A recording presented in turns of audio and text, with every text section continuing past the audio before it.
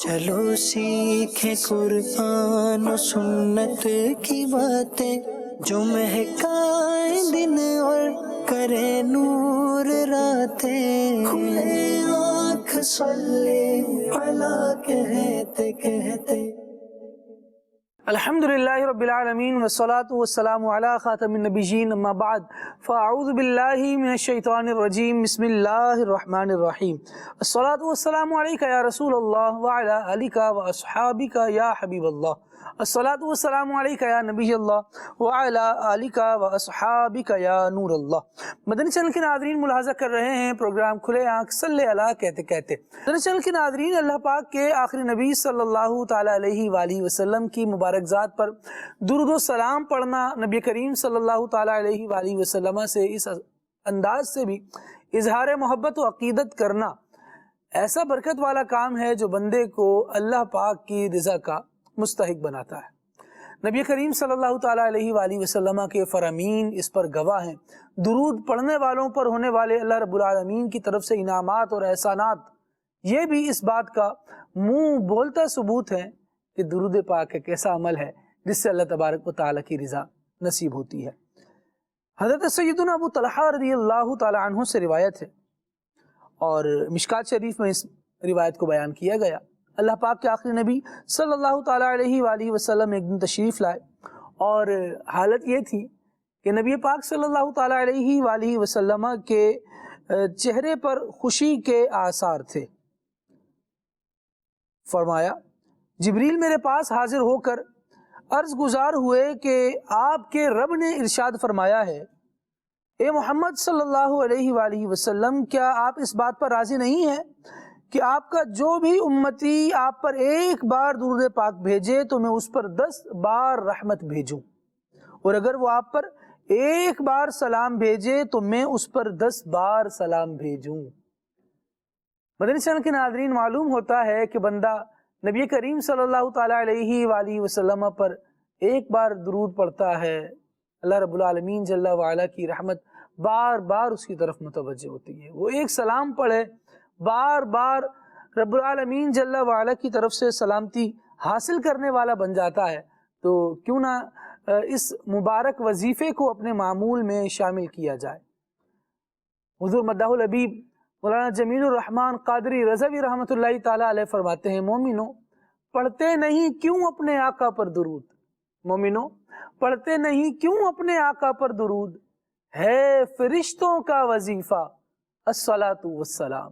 یہ درود و سلام تو نبی کریم صلی اللہ تعالی علیہ وآلہ وسلم کی ذات پر پڑھنا فرشتوں کا وظیفہ ہے، تو ہم کیوں نہ اس مبارک وظیفے کو اپنے ورد زبا کریں، اس کو پڑھنے کا معمول بنائیں۔ آئیے حصول برکت کے لیے، نزول رحمت کے لیے، اللہ تبارک و تعالیٰ کے انعامات پانے کے لیے، اخروی ثواب پانے کے لیے درود پاک پڑھتے ہیں۔ صلو علی الحبیب صلی اللہ تعالی علی محمد صلی اللہ علیہ وآلہ وسلم۔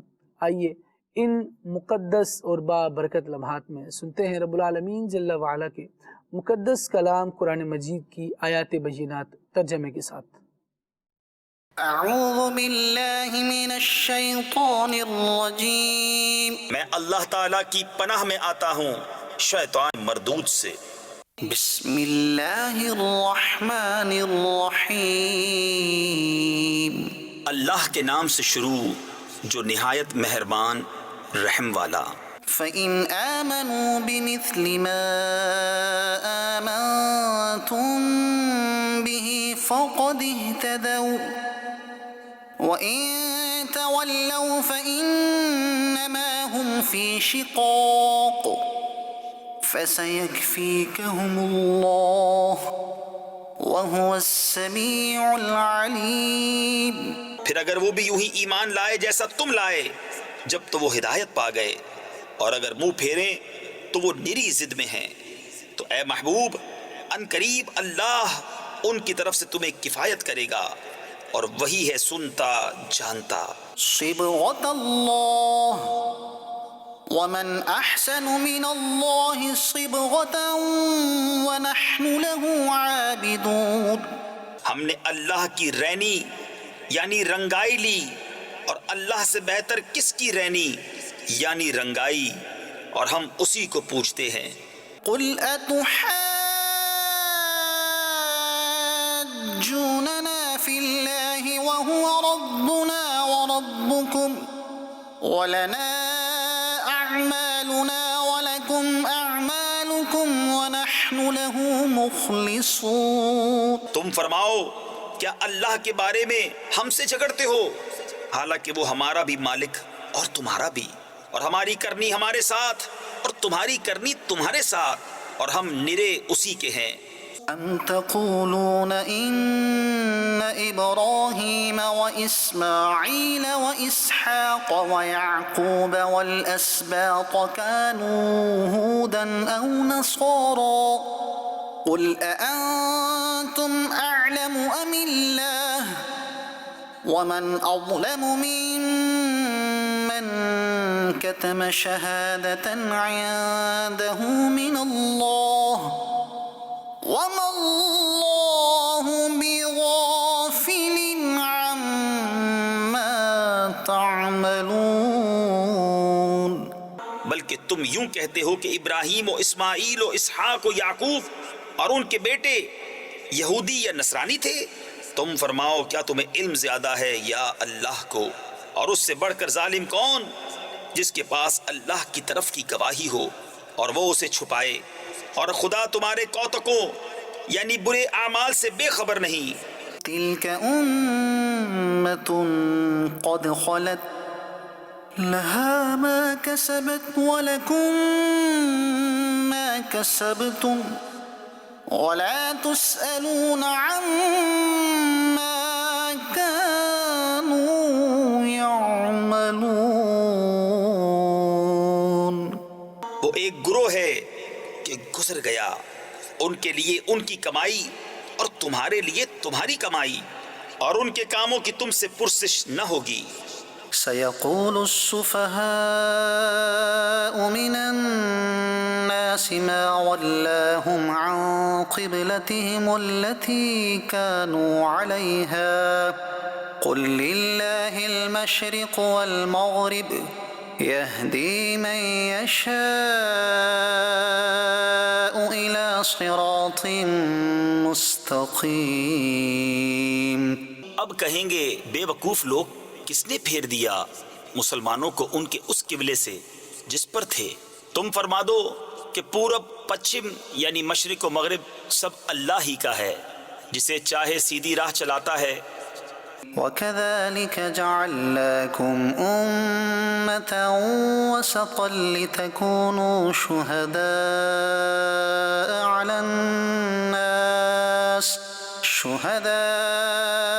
عَلَى النَّاسِ وَيَكُونَ الرَّسُولُ عَلَيْكُمْ شَهِيدًا وَمَا جَعَلْنَا الْقِبْلَةَ الَّتِي كُنتَ عَلَيْهَا إِلَّا لِنَعْلَمَ مَن يَتَّبِعُ الرَّسُولَ مِمَّن يَنقَلِبُ عَلَى عَقِبَيْهِ۔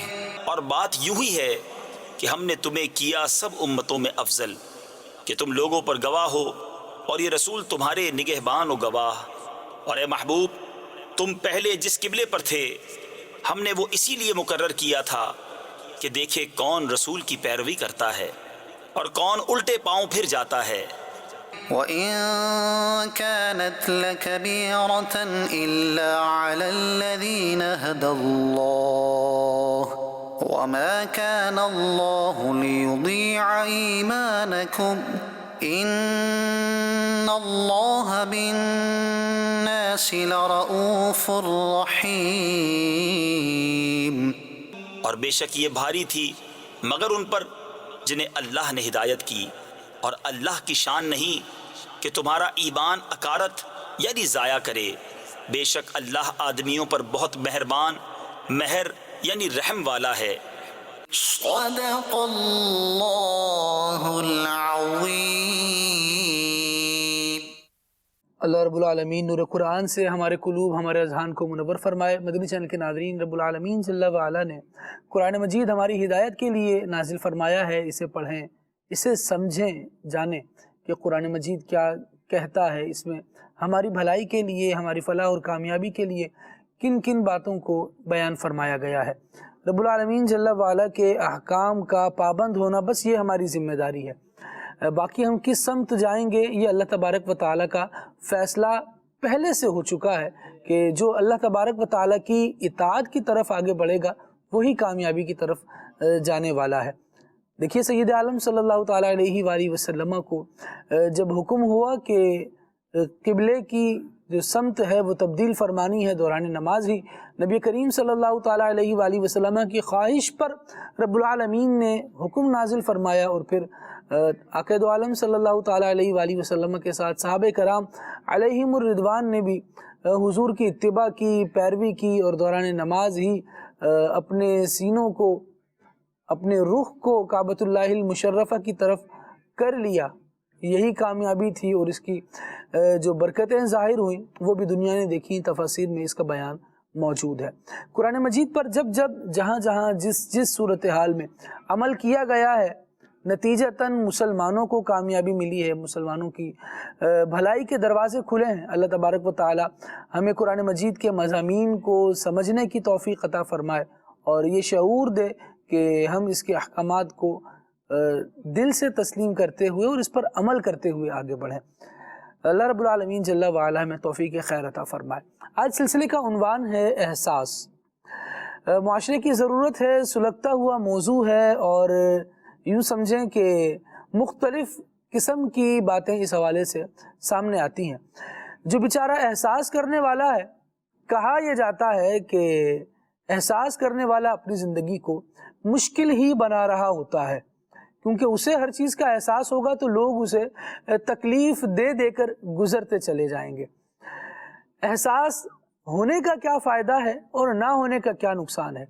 عوام اس حوالے سے کیا باتیں کر رہی ہے؟ جو بندہ اپنی ذمہ داری کو محسوس کر آگے بڑھ رہا ہے، لوگوں کی کفالت کر رہا ہے، لوگوں کو خوش رکھنا چاہتا ہے، وہ یہ چاہتا ہے کہ میں ان ذمہ داریوں کو پورا کرتے ہوئے زندگی گزاروں جو معاشرتی طور پر میرے اوپر عائد ہوتی ہیں، جو اخلاقی طور پر میرے اوپر عائد ہوتی ہیں، جو مذہبی طور پر میرے اوپر عائد ہوتی ہیں، اور وہ واقعی انہیں فلفل کر رہا ہوتا ہے، ان ذمہ داریوں کو پورا کر رہا ہوتا ہے، انہیں نبھا رہا ہوتا ہے، تو تھوڑی سی تنگ زندگانی کی طرف جا رہا ہوتا ہے۔ اور یہاں تنگ زندگانی سے مراد یہ ہے کہ لوگوں کی طرف سے کبھی تانے سننے پڑتے ہیں، کبھی مختلف باتیں ہوتی ہیں۔ بہرحال جب موضوع کو آگے بڑھائیں گے تو بہت ساری باتیں ہیں اس میں کرنے کے لیے، لیکن ابھی بڑھتے ہیں کلام کی طرف۔ محمود بھائی کا پڑھا ہوا ایک زبردست اسٹوڈیو کلام ہے، آئیے ملاحظہ کرتے ہیں۔ صلی اللہ علیہ وسلم، صلی اللہ علیہ وسلم، صلی اللہ علیہ وسلم، صلی اللہ علیہ وسلم۔ آئی نسیم کوئے محمد، آئی نسیم کوئے محمد، صلی اللہ علیہ وسلم۔ آئی نسیم کوئے محمد، آئی نسیم کوئے محمد، صلی اللہ علیہ وسلم۔ کھچنے لگا دل سوئے محمد، کھچنے لگا دل سوئے محمد، صلی اللہ علیہ وسلم، صلی اللہ علیہ وسلم۔ طوبیٰ کی جانب تکنے والوں، طوبیٰ کی جانب تکنے والوں، آنکھیں کھولو ہوش میں آؤ، آنکھیں کھولو ہوش میں آؤ، دیکھو قدے دل جوئے محمد، دیکھو قدے دل جوئے محمد، صلی اللہ علیہ وسلم، صلی اللہ وسلم آئی نسیم کوئے محمد صلی اللہ علیہ وسلم کھچنے لگا دل سوئے محمد صلی اللہ علیہ وسلم نام اسی کا باب کرم ہے نام اسی کا باب کرم ہے دیکھ یہی میں غیراب حرم ہے دیکھ یہی میں غیراب حرم ہے دیکھ ہمیں اب روئے محمد دیکھ ہمیں اب روئے محمد صلی اللہ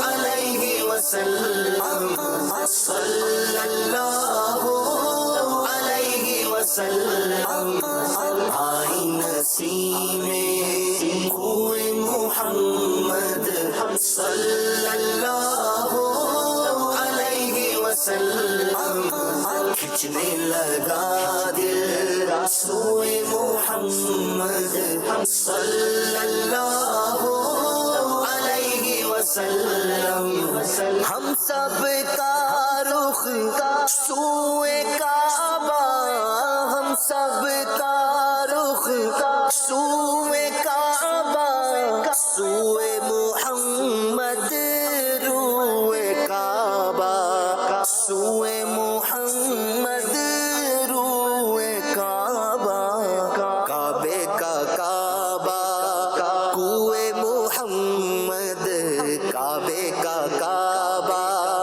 کوئے محمد صلی اللہ علیہ وسلم صلی اللہ علیہ وسلم آئی نسیم کوئے محمد صلی اللہ علیہ وسلم کھچنے لگا دل سوئے محمد صلی اللہ علیہ وسلم بھینی بھینی خوشبو لہکی بھینی بھینی خوشبو لہکی بے دم دل کی دنیا مہکی بے دم دل کی دنیا مہکی کھل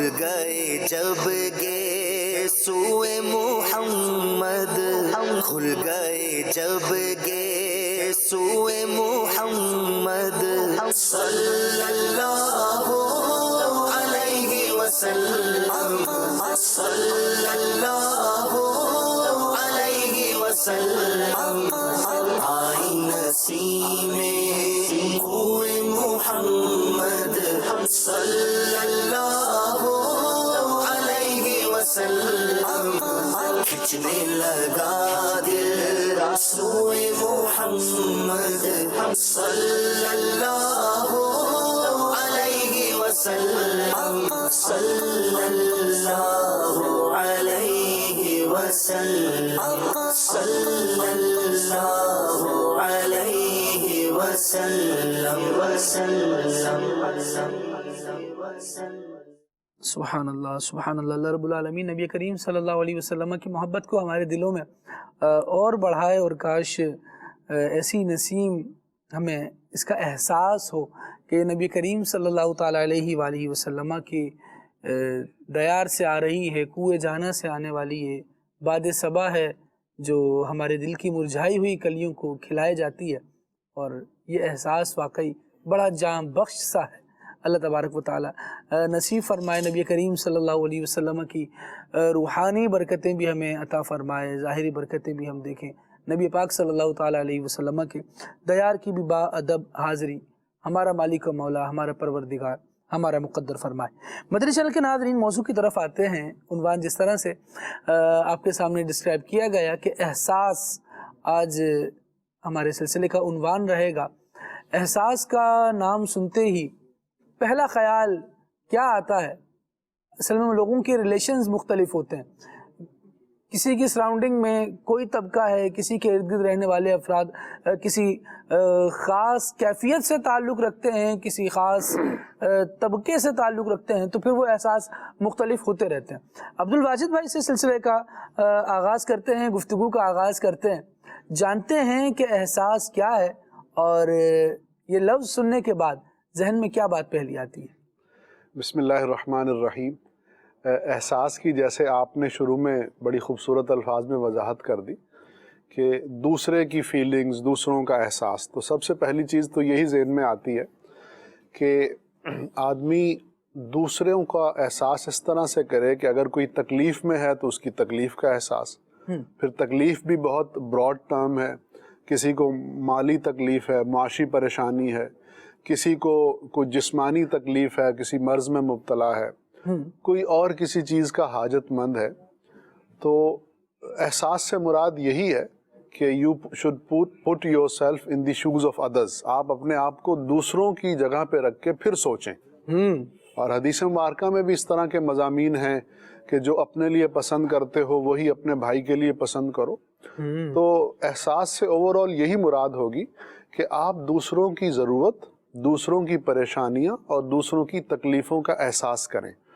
اچھا، یہاں پر ایک تو مطلب ہم سنتے رہتے ہیں بات کہ جب نیکی کی چیز ہو، نیکی کا کام ہو تو اپنے سے اوپر والے کو دیکھیں، صحیح، اور جب دنیاوی طور پہ آپ مالی پریشانیوں کا شکار ہیں تو اپنے سے نیچے والوں کو دیکھیں، تو پھر آپ کے اندر جو ہے وہ جذبہ شکر پیدا ہوگا۔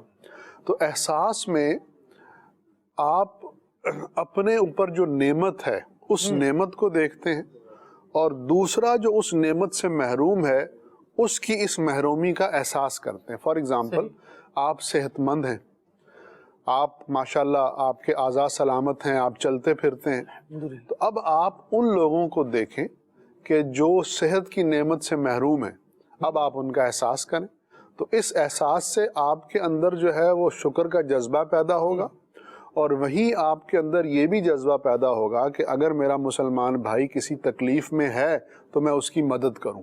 تو اگر آپ احساس کے جذبے کے تحت اللہ کی رضا کے لیے اس کی مدد کرنے میں کامیاب ہو جاتے ہیں، یہ لفظ میں کامیاب جو کہہ رہا ہوں یہ میں ایویں نہیں کہہ رہا، کیونکہ نفس و شیطان نہیں چاہتا کہ آپ کسی نیکی کے کام میں کامیاب ہوں، تو جب آپ اس کی مدد کرنے میں، اس کی تکلیف کو دور کرنے میں کامیاب ہو جائیں گے تو پھر قیامت کے دن آپ کی بھی مدد کی جائے گی، سبحان اللہ، آپ کی بھی پریشانی کو دور کیا جائے گا۔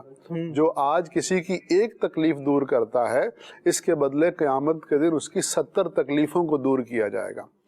تو اب یہ جو تکلیفوں کو دور کرنے کی نیکی ہے نا خالد بھائی، یہ صرف اسی آدمی کو حاصل ہوتی ہے جس کے اندر احساس ہوتا ہے۔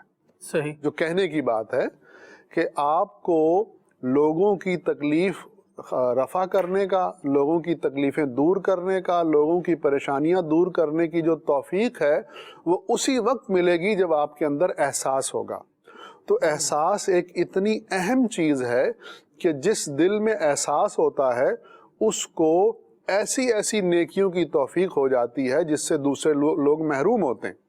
وہ اولاد یعنی وہ بچے جو اپنے والدین کی خدمت کرتے ہیں، اصل میں ان کو احساس ہوتا ہے۔ وہ مالدار آدمی جو غریبوں کی مدد کرتا ہے تو اصل میں اس کو احساس ہوتا ہے۔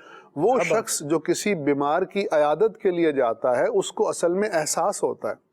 وہ شوہر جو اپنی بیوی کے ساتھ اچھا سلوک کرتا ہے، یا وہ بیوی جو اپنے شوہر کے ساتھ اچھے طریقے سے پیش آتی ہے، تو اس کی وجہ احساس ہوتی ہے۔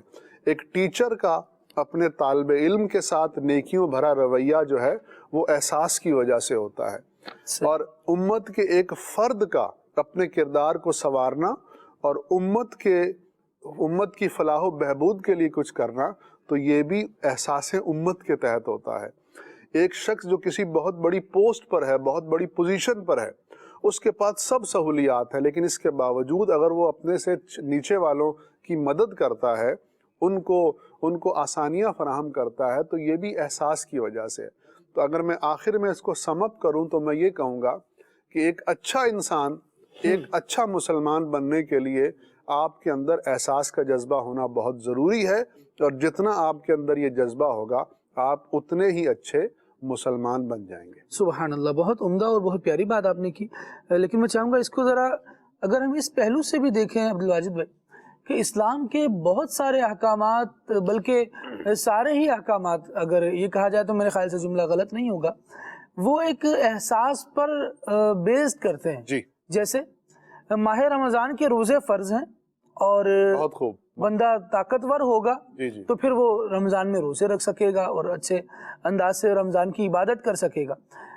تو زکوٰۃ کا جو حکم ہے، اور سید عالم صلی اللہ تعالیٰ علیہ وآلہ وسلم کی حیات طیبہ کو دیکھا جائے اور اس وقت کے حالات کو دیکھا جائے تو کتابوں میں یہ بات موجود ہے کہ جب ماہ شعبان شروع ہوتا نا تو لوگ اپنی زکوٰتیں ادا کر رہے ہوتے تھے، سبحان اللہ، جی اور اس کے پیچھے مین کانسیپٹ ایک ہوتا تھا احساس کرنا کہ جن غریبوں کے پاس کچھ نہیں ہے یا جن کا گزارا مشکل سے ہو رہا ہے اور ہیں بھی مستحق، زکوٰۃ ادا کر دی جائے تاکہ ان تک پہنچ جائے اور وہ تھوڑے فارغ البال ہو جائیں، تھوڑی سی ان کی حیثیت مزید بہتر ہو جائے، تھوڑی سی جو کمزوری ہے وہ دور ہو جائے، اور پھر یہ اپنے رب العالمین کی رضا کی طرف آ سکیں۔ تو اس چیز کو کس انداز سے دیکھتے ہیں آپ؟ جی، آپ نے ایک بہت خوبصورت مثال جو ہے وہ بیان کی، اور پھر اس کو اسلامی احکام کے ساتھ جوڑا کہ بہت سے اسلامی احکامات ایسے ہیں کہ جو احساس کے جذبے سے لنک ہیں، جیسے کہ ماہ رمضان آنے سے پہلے صحابہ کرام کا جو ہے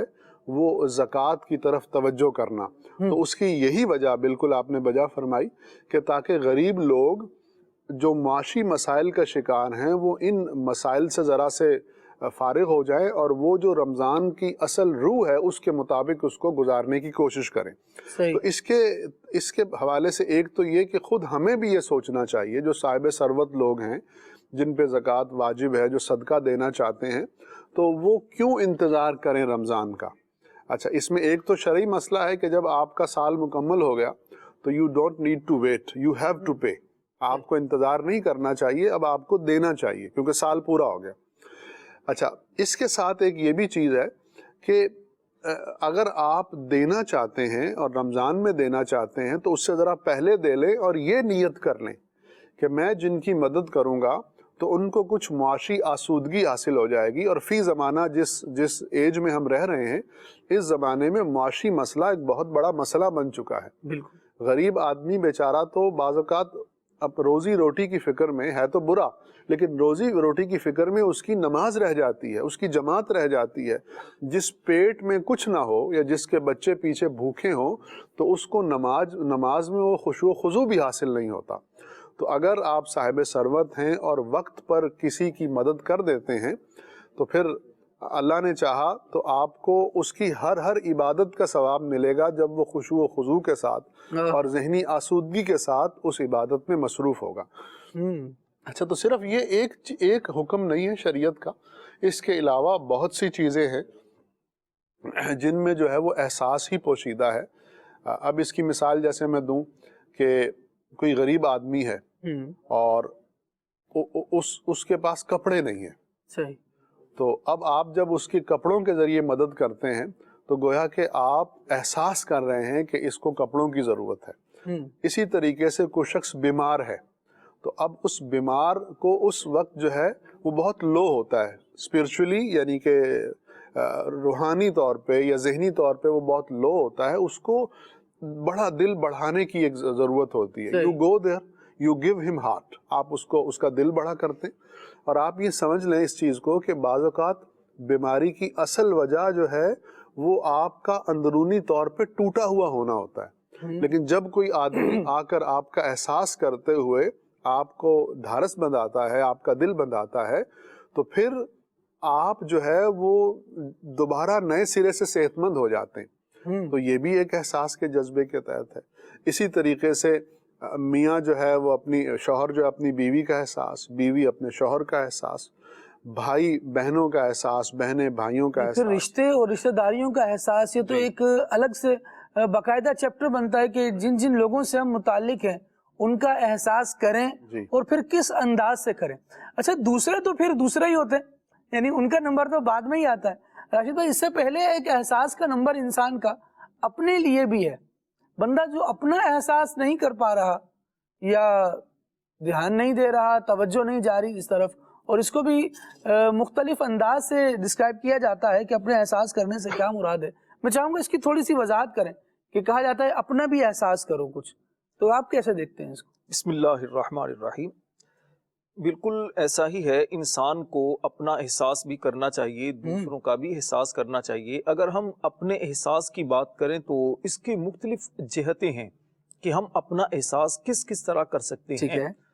بحیثیت مسلمان سب سے بڑا احساس جو ہمارے اندر ہونا چاہیے, جس کے لیے ہمیں کوشش بھی کرنی چاہیے, وہ یہ ہے کہ ہم خود جہنم کی آگ سے بچیں اور اپنے جو عزیز ہیں, جو سب سے ہمارے قریبی جو رشتہ دار ہوتے ہیں, ان کو بھی جہنم کی آگ سے بچائیں, ان کا بھی احساس کریں کہ وہ جہنم کی طرف نہ جا رہے ہوں.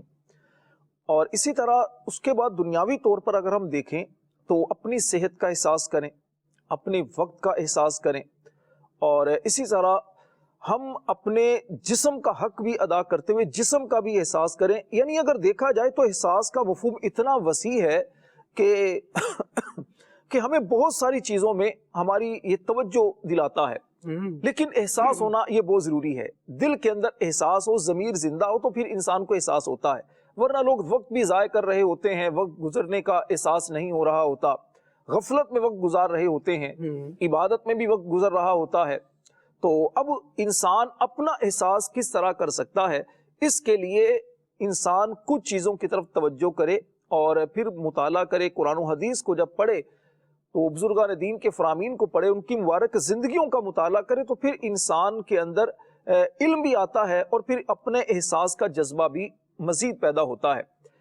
جیسے آقا کریم علیہ الصلوۃ والسلام نے ارشاد فرمایا, اپنے صحابہ سے پوچھا کہ اے میرے صحابہ, مفلس کون ہے؟ صحابہ کرام نے عرض کی, یا رسول اللہ صلی اللہ علیہ وسلم, ہمارے ہاں تو مفلس وہ بندہ ہے, تنگ دست وہ بندہ ہے جس کے پاس درہم و دینار نہ ہو, پیسہ نہ ہو, مال و دولت نہ ہو.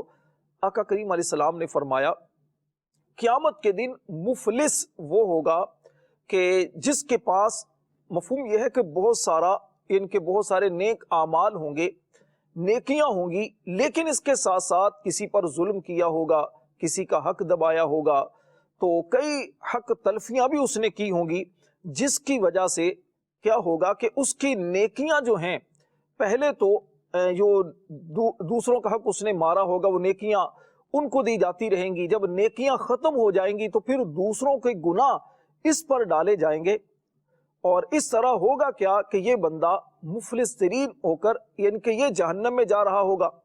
دوسروں کا احساس ہے, گویا کہ دوسروں کا حق تلف کر کے. تو بندہ اگر اپنا احساس یوں کرے کہ جس طرح اس نے خود نیکیاں کرنی ہیں, عبادت کرنی ہے, اس طرح ساتھ ساتھ دوسروں کا حق نہ کرے, ظلم نہ کرے, تاکہ قیامت والے دن اسے یوں اپنا احساس رہے کہ اس کی نیکیاں چلی نہ جائیں, جبکہ وہاں ایک ایک نیکی کا یعنی اس کو یوں بھی لیا جا سکتا ہے کہ اپنی جو نیکی کر لی ہے اس نیکی کا بھی احساس, نیکی کا بھی احساس کرے, نیکی کو بچا کر یہ ضائع نہ ہو جائے, ضائع نہ ہو. اس پر بڑا خوبصورت کسی نے جملہ کہا کہ ان کے جو تھیلی ہے, رقم کی تھیلی ہے, جس میں آپ نے پیسہ جمع کرنا ہے یا سونے کے سکے بھرنے, تو اس کے نیچے سوراخ نہ کریں کہ اوپر سے آپ بھرتے رہیں, نیچے سے نکلتا رہے, کہ آپ نیکیاں تو کرتے جا رہے ہیں لیکن بعد میں پتا چلے کہ نیکیاں آپ کی اس طرح چلی جائیں اور آپ کو احساس تک نہ ہو. آقا کریم علیہ الصلوۃ والسلام کا اپنے صحابہ کرام علیہم رضوان سے جیسا محبت بھرا برتاؤ تھا, احساس کس طرح آقا کریم علیہ السلام نے اپنی امت کا کیا ہے, بلکہ ہر نبی علیہ السلام نے اپنی امت کا کس طرح احساس کیا ہے کہ انہیں اللہ تبارک و تعالیٰ کے قریب کیا, انہیں عبادت کا ذوق و شوق عطا کیا, انہیں ایمان کی دولت عطا کی تاکہ یہ اللہ کے قریب ہوں. اللہ کریم نے قرآن مجید میں اپنا احساس اور اپنے رشتہ داروں کا احساس کرنے کے حوالے سے کتنا خوبصورت ایمان والوں کو ارشاد فرمایا یا ایھا الذین آمنوا قوا انفسکم واہلیکم نارا, اے ایمان والو, اپنی جانوں کو بھی اور اپنے گھر والوں کو بھی جہنم کی اس آگ سے بچاؤ, وقودھا الناس والحجارہ, جس کا ایندھن آدمی اور پتھر ہیں. اللہ. اس کی تفسیر میں علماء نے یہی بات بیان فرمائی کہ خود بھی ایسے اعمال کرنے سے بچیں جس کی وجہ سے جہنم میں آپ جا رہے ہوں، اور اپنے گھر والوں کی بھی اچھی تعلیم و تربیت کریں، انہیں گناہوں سے بچائیں. ایسا نہ ہو کہ آپ کی توجہ نہ دینے سے وہ جہنم کی طرف جا رہے ہوں. یقیناً پھر بھی تکلیف ہمیں ہی ہوگی. آپ اگر دنیاوی طور پر بھی دیکھیں، اگر ہمارے بچے بیماری میں ہوتے ہیں، کسی تکلیف میں ہوتے ہیں، بہن بھائی اگر کسی پریشانی میں ہوتے ہیں، تو دل کے اندر ایک درد ہوتا ہے، تکلیف کا احساس ہوتا ہے، کاش میں ان کی کچھ ہیلپ کر سکتا، کاش میں ان کے کچھ کام آ سکتا.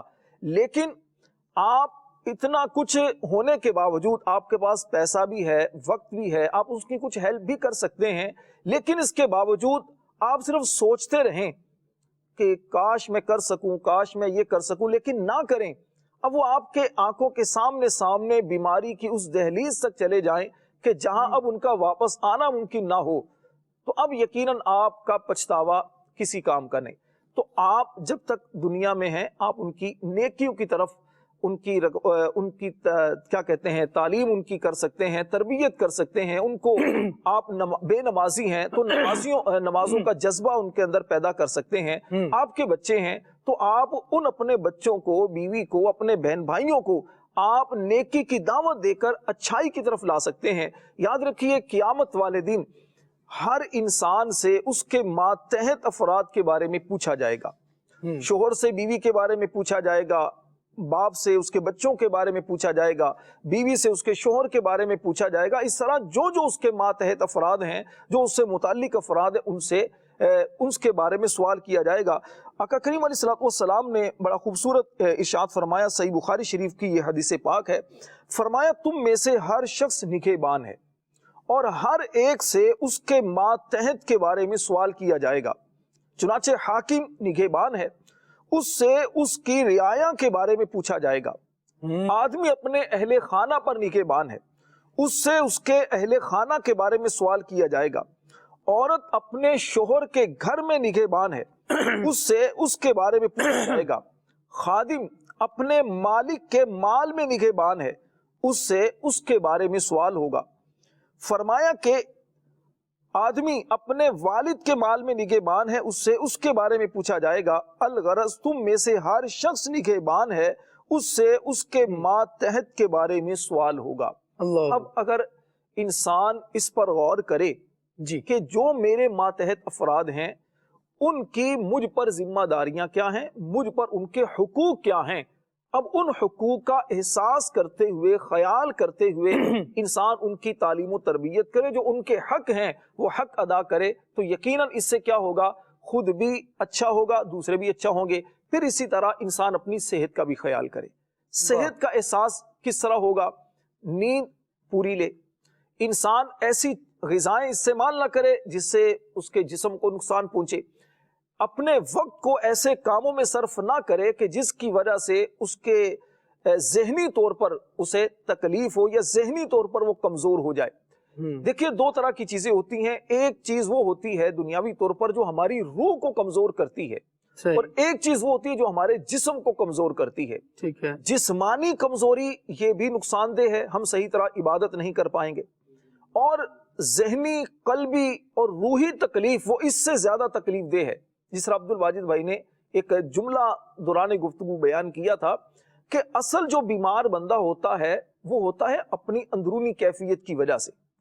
آپ کا جب اندرونی طور پر جو نظام وہ کمزور ہوتا ہے نا، آپ کا دوسروں سے دل ٹوٹ جاتا ہے، یا آپ اندرونی طور پر کسی ٹینشن کا شکار ہوتے ہیں، آپ کسی مرض کے اندر اندرونی طور پر مبتلا ہوتے ہیں، تو نتیجہ یہ ہوتا ہے کہ پھر آپ جتنے بھی غذائیں کھائیں وہ اتنا اثر انداز نہیں ہوتی. انسان کو خود سے کوشش کرنا ہوتی ہے، خود انسان کو اپنے ہمت پیدا کرنا ہوتی ہے، تو اس کے بعد پھر انشاءاللہ انسان کے لیے بہت ساری چیزیں آسان ہو جاتی ہیں.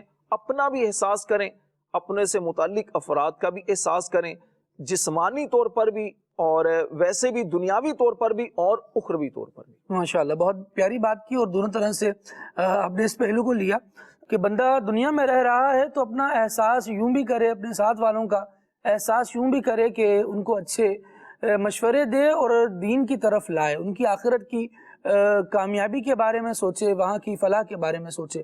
مدنی چینل کے ناظرین، یہاں پر ایک بات ساتھ یہ بھی عرض کرنا چاہوں گا کہ ہم جب لوگوں کے احساس کی گفتگو کر رہے ہوتے ہیں کئی جگہ پر بندہ احساس کرتا ہے لوگوں کا، اور اس کے بعد دنیا میں تو اس کے کام آ گیا، لیکن اس کا خود کام آنا، کسی کی ہیلپ کر دی، کسی کا علاج کروا دیا، کسی کے برے وقت میں اس کے ساتھ آ گیا، کسی کے بچوں کے پڑھانے میں اس کی مدد کر دی، کسی کے بچوں کی شادی میں اس کی مدد کر دی، یہ اچھا کام کیا، اس کو برا نہیں کہا جا سکتا۔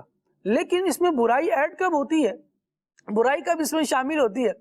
برائی اس میں تب شامل ہوتی ہے جب اس کی مشکل میں کام آ گئے، اور جب وہ بیچارہ اپنی مشکل سے جان چھڑا کر تھوڑا سیدھا ہوا ہے، اب آپ نے اس پر احسان جتانا شروع کر دیے، جس کو قرآن مجید نے ارشاد فرمایا، یا ایھا الذین آمنوا لا تبطلوا صدقاتکم بالمن والاذی، احسان جتا کر، تکلیف دے کر اپنے صدقوں کو باطل نہ کریں۔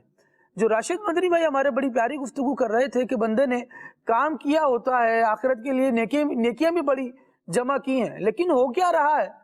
آخرت میں وہ پہنچا ہے تو کسی کو تکلیف دی ہوئی ہے، کسی کو گالیاں دی تھی، کسی کو ستایا تھا، کسی کے حقوق دبائے ہوئے تھے، وہ جو نیکیاں لے کر چلا وہ آخرت میں چلی گئی۔ یہ تو ایک پہلو ہے کہ جب یہ نیکیاں لے کر جانے میں کامیاب ہوا، لیکن یہاں پہلو یہ ہے کہ پیسہ اپنے کام نہیں آیا، وہ دوسروں کے کام میں لگا دیا، اور دوسروں کی حتی الامکان یہ بندہ مدد کرتا رہا، لیکن جیسا ہی وہ بندہ اس کی مدد پانے کے بعد سیدھا کھڑا ہوتا، یہ جناب والا اس کو یہیں تکلیف دے کر، یہیں ایسے تانے دے کر، یہیں جملے کس کر کیا کرتا ہے، وہ جو آخرت میں نیکی لے کر پہنچنا تھا وہ نیکی یہیں برباد ہو جاتی ہے۔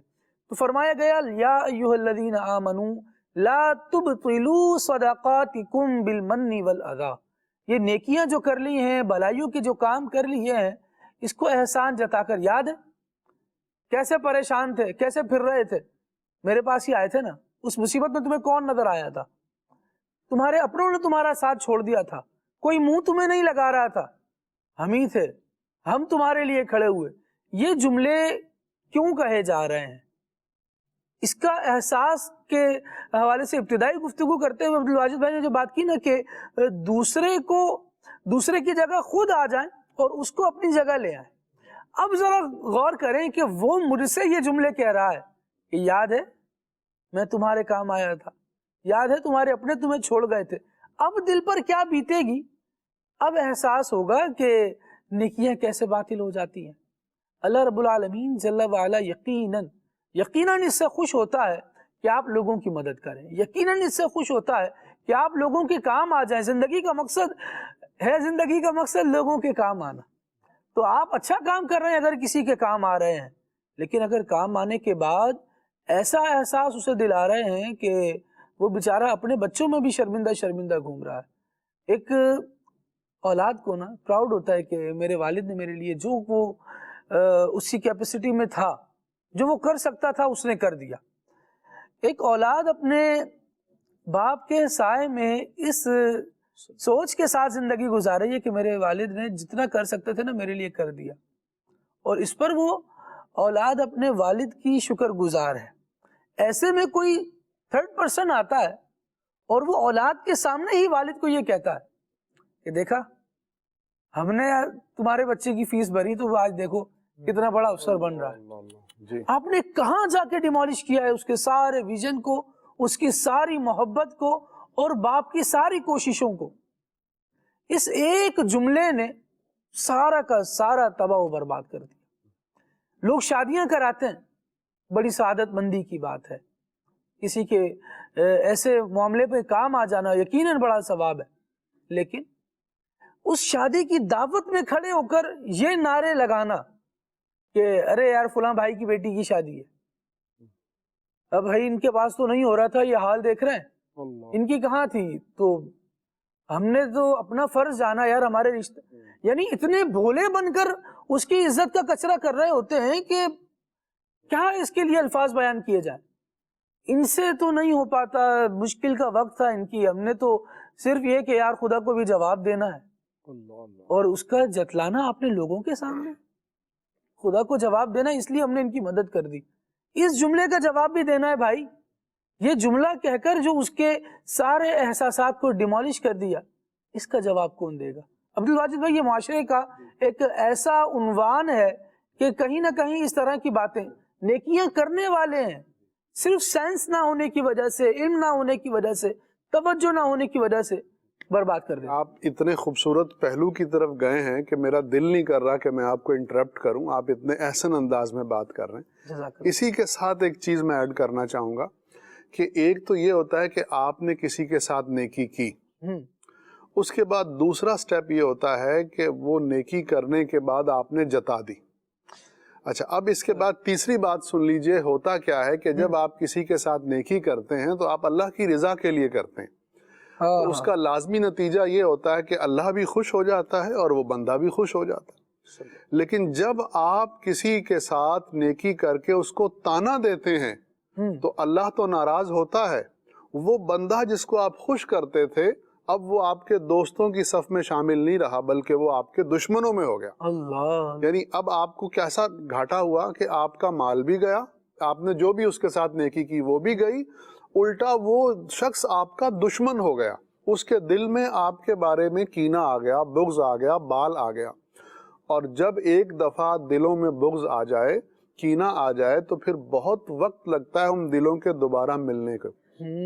تو اب مقصد یہ ہے کہ جب کسی سے نیکی کریں تو اس کے شر سے بھی بچیں، یہ تو ایک چیز ہے۔ تو اس شر کی جو کیفیت ہے وہ یہ بھی ہو سکتی ہے کہ آپ جب جتائیں گے تو پھر اس کا شر آپ پر ظاہر ہوگا۔ اب آپ نے تو اس کو جو کہنا تھا کہہ دیا، اب اس کے بعد وہ کیا کرے گا یا وہ کیا کہے گا، پھر اس کے لیے بھی آپ کو تیار رہنا چاہیے۔ تو لب لباب یہی ہے کہ نیکی کریں اور بھول جائیں۔ اور ہم نے تو بزرگان دین کی سیرت میں یہ پڑھا کہ جب وہ کسی کے ساتھ نیکی کرتے تھے نا تو وہ نیکی کرتے وقت اس کی آنکھوں میں بھی نہیں دیکھتے تھے، اللہ اللہ، کہ کہیں ایسا نہ ہو کہ میں جب اس کی آنکھوں میں دیکھوں تو وہ شرمندہ ہو جائے۔ وہ جب نیکی کرتے تھے تو نیکی کرنے کے بعد یہ بھی نہیں کہتے تھے کہ اچھا بھائی صاحب مجھے اجازت دیجئے، مجھے دعاؤں میں یاد رکھنا، مجھے دعاؤں میں یاد رکھنا یہ بھی نہیں کہتے تھے۔ کیوں؟ کیونکہ وہ اس بات سے ڈرتے تھے کہیں ایسا نہ ہو کہ یہ ہماری نیکی کا صلہ اور بدلہ ہو جائے۔ ہم اس سے صلہ نہیں چاہتے، ہم اس سے بدلہ نہیں چاہتے، ہم جو کر رہے ہیں اللہ کی رضا کے لیے کر رہے ہیں۔ قرآن مجید میں مضمون بیان ہوا نا، انما نطعمکم لوجہ اللہ لا نرید منکم جزاء ولا شکورا۔ سبحان اللہ۔ ایک روایت کے مطابق یہ آیت مبارکہ خاندان اہل بیت کے متعلق نازل ہوئی کہ انہوں نے مدد کی، لوگوں کی، قیدی کی بھی مدد کی، یتیم کی بھی مدد کی، اور اسیر قیدی کی مدد، تین چیزیں بیان کی گئی، یتیم، قیدی اور یطعمون الطعام علی حبہ مسکینا و یتیما و اسیرا، مسکین، یتیم اور قیدی تینوں کی مدد کی۔ اور ساتھ میں نیکی کرنا کیوں ہے؟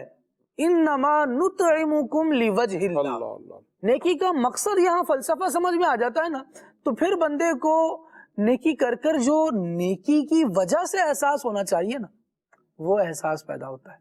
وہ احساس جب پیدا ہوتا ہے تو پھر دل خوش ہوتا ہے، پھر دل سکون سے بھر جاتا ہے، پھر جس کو کہتے ہیں نا کہ عبادت کی لذت محسوس ہو گئی، تو وہ لذت محسوس ہونا یہ ہوتا ہے کہ جب آپ کی نیکی کرتے وقت ہی نیت صرف اللہ تبارک و تعالیٰ کو راضی کرنا ہو، یہ نہیں ہو کہ مجھے دنیا میں کوئی انعام مل جائے گا۔ آپ دیکھیں صدیق اکبر رضی اللہ تعالیٰ عنہ نے حضرت بلال حبشی رضی اللہ تعالیٰ عنہ کو جب خرید کر آزاد کر دیا تو رب العالمین جل وعلا نے ان کی اس بات کو بیان کیا کہ انہوں نے کیوں کی یہ نیکی۔ جب لوگوں نے چیمہ گوئیاں ہوئی نا کہ لگتا ہے ابو بکر پر کوئی احسان تھا بلال کا، کوئی کچھ دے رکھا تھا، کوئی منفعت نکلتی تھی، تو مطلب کوئی اور تو بیان کرے صدیق اکبر اس کی وضاحت دیں، ایک الگ ٹاپک ہے، لیکن یہاں جس کے لیے نیکی کی جا رہی ہے وہ پروردگار خود ارشاد فرما رہا ہے اِلَّا ابْتِغَاءَ وَجْهِ رَبِّهِ الْأَعْلَىٰ۔ اس نے یہ نیکی کیوں کی؟ ایک بندے کو خرید کر کسی کی غلامی سے کیوں نکالا اور پھر اللہ کی رضا کے لیے آزاد کیوں کیا؟ ارشاد فرمایا گیا صرف اس لیے کہ یہ نیکی کرنے والا اپنے رب کی رضا چاہتا تھا۔ یہ وہ منزل ہے، یہ وہ مقام ہے، یہ وہ جگہ ہے کہ یہاں جو بندہ پہنچ گیا نا تو اس کے لیے مجدہ یہ ہے وَلَسَوْفَ يَرْضَىٰ، جس رب کی رضا کے لیے وہ پھر کام کر رہا ہوتا ہے وہ رب فرماتا ہے کہ اب وہ تم سے راضی بھی ہو جائے گا۔ سبحان وہ انعام ملے گا. تو بنیادی طور پر اپنی نیکیوں کا خود احساس ہم کریں اور یہ سوچ کر نیکی کریں کہ میں نے یہ صرف کر یہاں دنیا کا وقت نہیں گزارنا، اس نیکی کو کرنے کے بعد میں نے اللہ رب العالمین کی بارگاہ میں اس نیکی کو لے کر حاضر بھی ہونا ہے. جی امیر اہل سنت دامت برکاتہم العالیہ کا ایک بیان ہے بڑے پرانے دور کا، یعنی جب آڈیو کیسٹس کا دور ہوا کرتا تھا اس وقت آپ نے ایک بیان فرمایا تھا نیکیاں چھپاؤ، ایک تھا نیکیاں بچاؤ. دونوں ہی عنوانات. آپ ذرا سوچیں تو کیسے عنوانات ہیں یہ کہ نیکی کر بھی دے بندہ لیکن اس کو چھپائے بھی. ہمارا جو ایک طرز عمل ہے کہ نیکی کر لیں تو جتائے بغیر سکون نہیں آ رہا. مسجد میں بھی اگر کچھ دے رہے ہیں تو ساتھ دعاؤں کی ایک فہرست ہے کہ نام بھی لکھا ہوا ہے کہ اعلان کر دیں، نام کا بھی. ہاں اعلان کر دیں، دعا کر دی کہ بھائی جس بھائی نے بھی مدد کی تھی اللہ کریم اس کی حاجات پوری فرمائے، اس کی مدد فرمائے. تو اس پر بھی دل تو راضی نہیں ہوتا. نام نہیں آیا، نام آئے گا تو پھر بات بنے گی، دل تو تب راضی ہوگا. اللہ کریم ہم سب کی حالات کی اصلاح فرمائے. بولنے والا بسا اوقات بول کر گزر جاتا ہے اور پھر جو سننے والا ہوتا ہے وہ ٹونٹ کر رہا ہوتا ہے آپ نے کہا تو یہ تھا، آپ کا عمل یہ نہیں ہے. اور ظاہر ہے کہ خامیاں تو ہیں مجھ میں غلطی تو کرتا ہوں، لیکن اللہ کریم ہمیں اچھا بولنے کی بھی توفیق عطا فرمائے اور پھر ہمیں اپنی طبیعت کو بھی اس کے دین کے مطابق، اس کے مزاج کے، اس کے شریعت کے مزاج کے مطابق ڈھالنے کی سعادت عطا فرمائے. یقیناً بولنا آسان کام ہوتا ہے جب کسی کو اچھی بات کرتا سنے، اور مجھے بھی چاہیے کہ اگر میں کسی کو اچھی بات کرتا ہوا سن رہا ہوں تو یہ نہیں کہوں کہ یار کیا تو بڑی اچھی بات رہا ہے، کرتا شرتا نہیں ہے یہ کچھ باتیں ہیں بڑی کیا وہ محاورہ کیا ہے، باتیں کروڑوں کی، باتیں کروڑوں کی دکان جو ہے پکوڑوں کی. تو بہرحال جملہ تو ہے یہ، بات تو ہے یہ، لیکن دعا کر دینی چاہیے کہ یار اس نے اتنی پیاری بات کی، اللہ اسے بھی عمل کی توفیق دے دے، مجھے بھی عمل کی توفیق دے دے. یہ جو ہے نا احساس ہے کہ اس کا یہ قیمتی جملہ ہے یہ ضائع نہ ہو، اللہ اس کی جزا اس کو بھی عطا فرمائے، عمل کی بھی توفیق دے اور مجھے بھی عطا فرما دے. اس میں فائدہ پتہ ہے کیا ہے؟ آپ بدگمانی سے بچ گئے، اس کے بارے میں جو برے خیالات آپ کے دل میں آتے نا، ایک تو اس سے جان چھوٹ گئی. پھر آگے کیا ہوگا؟ آپ اس کی ٹوہ میں پڑنے سے بچ گئے. کہا تو یہ تھا دیکھتا ہوں عمل کرتا بھی ہے کہ نہیں. ایک ولی اللہ کے بارے میں بڑی زبردست حکایت موجود ہے. اب حضرت سری سختی تھے یا کوئی اور بزرگ تھے، وہ اہل اللہ مشہور تھے، اللہ والے مشہور تھے، صوفی صافی آدمی مشہور تھے.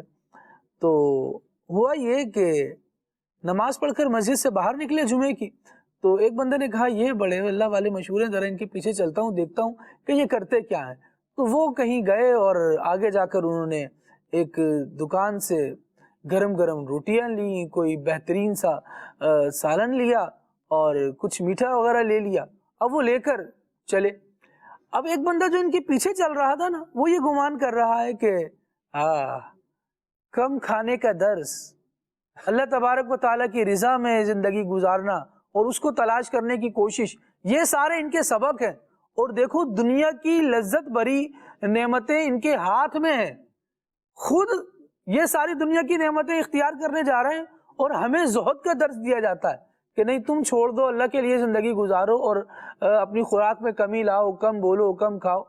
یہ ساری باتیں، یہ سارے فلسفے ہمارے لیے. اور خود کو دیکھو. اب ذرا پیچھا کرتا ہوں، پتہ لگاتا ہوں کہ یہ کرتے کیا ہے. کھانا تو اچھا لے لیا ہے، اب میرے خیال سے کسی بڑے پرفضا مقام کی تلاش میں نکلے ہیں. اب کہیں بیٹھیں گے، جب کھا رہے ہوں گے نا تب پکڑوں گا ان کو. اب جناب والا یہ بھی بندہ پیچھے پیچھے ہو لیا. اب وہ چلتے چلتے ایک مکان میں پہنچے، ٹوٹا پھوٹا سا مکان تھا، اس میں داخل ہو گئے. یہ بھی بندہ کیونکہ ٹو میں لگا ہوا تھا پیچھے پیچھے، غور سے دیکھا تو اندر جو ہے ایک بیمار موجود تھا جس کی تیمارداری کے لیے آپ رحمۃ اللہ تعالی علیہ تشریف لائے تھے. وہ کھانا اس کو پیش کیا، وہ روٹیاں وغیرہ اس کو پیش کی اور اس کی مدد کی. جب اس بندے نے یہ دیکھا نا کہ یار یہ تو میں نے سراسر بدگمانی کی، یہ تو میں نے غلطی کی، اب اس کا دھیان کہیں اور گیا. اتنے میں وہ جو اللہ والے تھے وہ اس کمرے سے نکلے، اس گھر سے نکلے اور اس کی آنکھوں سے غائب ہو گئے۔ اب یہ بڑا پریشان ہوا کہ یار میں تو ان کے پیچھے آیا تھا، راستے کو تو میں نے توجہ نہیں دی، میں تو بندے کو فوکس کر کے آ رہا تھا، تو یہ تو غائب ہو گئے، اب میں جاؤں گا کیسے؟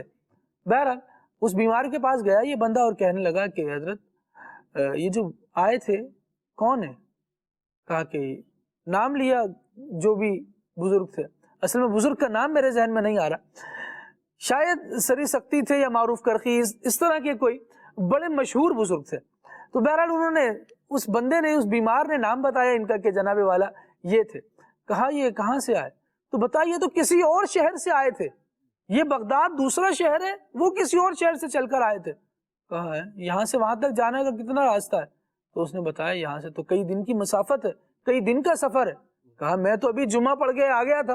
کہا کہ اب وہ نا آئندہ جمعے جب جمعے کی نماز پڑھ لیں گے نا تو پھر دوبارہ میری تیمارداری کے لیے آئیں گے۔ تو اب اس بندے کو ایک ہفتے تک وہیں رک کر انتظار کرنا پڑا، اور اگلے جمعے جب وہ دوبارہ آئے تو پھر اس بندے نے اس حقیقت سے گویا پردہ تو اٹھ چکا تھا، اب ان کی بارگاہ میں بیٹھ کر معافی بھی مانگ رہا ہے، توبہ بھی کر رہا ہے کہ حضرت میری بدگمانی تھی، میرا یہ تھا۔ تو بہتر یہ ہے کہ کسی اچھے کو دیکھیں نا تو اس سے گمان اچھا ہی رکھیں، اس کو ڈسٹرائے کرنے کی کوشش نہ کریں۔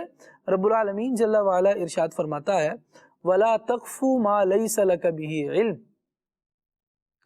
مت ٹوہمے پڑھو، ان چیزوں کے پیچھے نہیں جاؤ جن کا تمہیں پتہ نہیں ہے۔ وَلَا تَجَسَّسُوا، قرآن مجید کی آیت کا ایک زبردست جملہ ہے یہ کہ کسی کی جاسوسی نہ کرو، کسی کی ٹوہ میں مت پڑے رہو۔ کیا ہو رہا ہے، کیا کرتا ہے، کہاں سے آتا ہے، اتنا خوش رہتا ہے، کیسے، راز کیا ہے؟ ایسی عجیب و غریب چیزوں کے بارے میں سوچ رہے ہوتے ہیں اور سوالات کر رہے ہوتے ہیں کہ بندہ اپنے آپ میں بھی شرما جائے کبھی یہ سوچتے ہوئے۔ اللہ کریم ہمیں بھلائی کا ذہن عطا فرمائے اور بھلی باتوں کو اپریشیٹ کرنے کی توفیق دے اور ان کا ہمیں معاون و مددگار بنائے۔ ایک آیت کریمہ پڑھ کر پھر مبلغین کی جانب دوبارہ آتے ہیں۔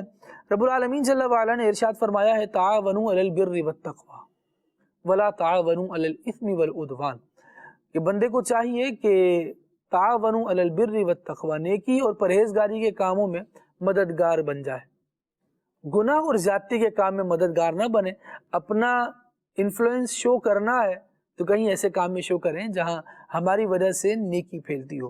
میسیجز کی طرف آتے ہیں مدنی چینل کے ناظرین، آپ کے بہت پیارے کلاموں کی اور اچھی اچھی باتوں کی فرمائش کی گئی ہے، لیکن یہاں ایک بڑا زبردست میسیج ہے راشد بھائی، اس کو آپ سیکنڈ کریں گے، اس پر آپ گفتگو کریں گے کہ بہت اچھا موضوع ہے آج کا۔ آج کے زمانے میں غیر تو کیا مدد کریں گے، اپنے جو ہوتے ہیں وہ اپنی ذمہ داری بھی نہیں نبھاتے۔ جیسے اللہ، کسی کی بہن اپنے سسرال میں کسی مسئلے کی وجہ سے پھنسی ہوئی ہے، بھائی کو بلایا جاتا ہے، وقت گزرنے کے ساتھ اس کو تانا دے دیا جاتا ہے اور بہن پر یہ بات کی جاتی ہے تمہارے مسئلے میں دیکھا ہم ہی آئے تھے، یعنی ہم کہیں وہ غریب کی شادی کرانے کی بات سے ہم نے شروع کیا تھا، تو وہ تو ایک میٹر ہے، وہ بھی بڑا میٹر ہے، لیکن یہاں تو اپنوں کو ہی، بھائی آپ نے ہی آنا تھا، بھائی آپ ہی تھے، کیا کہیں گے؟ دیکھیں اس کی چند وجوہات ہو سکتی ہیں۔ بھائی اگر بہن کے سسرال میں نہیں آ پا رہا یا نہیں آیا تو ایک وجہ یہ بھی ہو سکتی ہے کہ بھائی کو لگتا ہے کہ میرا وہ قد کاٹ نہیں ہے، وہاں پر جا کر ہو سکتا ہے بہن کے مسائل مزید بڑھ جائیں۔ بھائی اس وجہ سے بھی نہیں جا رہا ہوتا کہ میں وہاں پر اگر اس موقع پر خود جاتا ہوں تو ہو سکتا ہے کہ میری وہ ویلیو نہ ہو، میری بات میں اتنا اثر نہ ہو، یا مزید معاملات میرے اپنے خراب ہو جائیں، تو اس لیے بعض اوقات بھائی کسی اور کو کہتا ہے۔ یا اگر دوسری بات یہ ہے جس کی طرف انہوں نے اشارہ کیا کہ اگر کوئی دوسرا رشتہ دار یا پھر اگر کوئی ویسے ہی محلے دار اگر اس کے گھر میں جا کر ان کے سسرال کو سمجھاتا ہے یا ان کے جو معاملات ہوتے ہیں اس کو درست کرتا ہے، تو اس میں حرج والی بات کیا ہے؟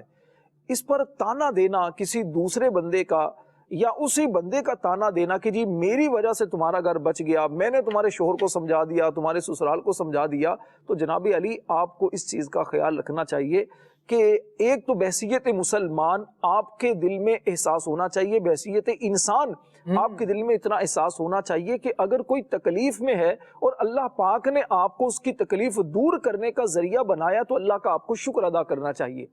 ورنہ ایسا بھی تو ہو سکتا تھا کہ آپ تکلیف میں ہوں اور آپ کی تکلیف دور کرنے کے لیے کوئی نہ آئے، تو پھر آپ کو احساس ہوگا کہ ہاں کسی کا بر وقت تکلیف دور کرنے کے لیے آ جانا اللہ پاک کی کتنی بڑی نعمت ہے.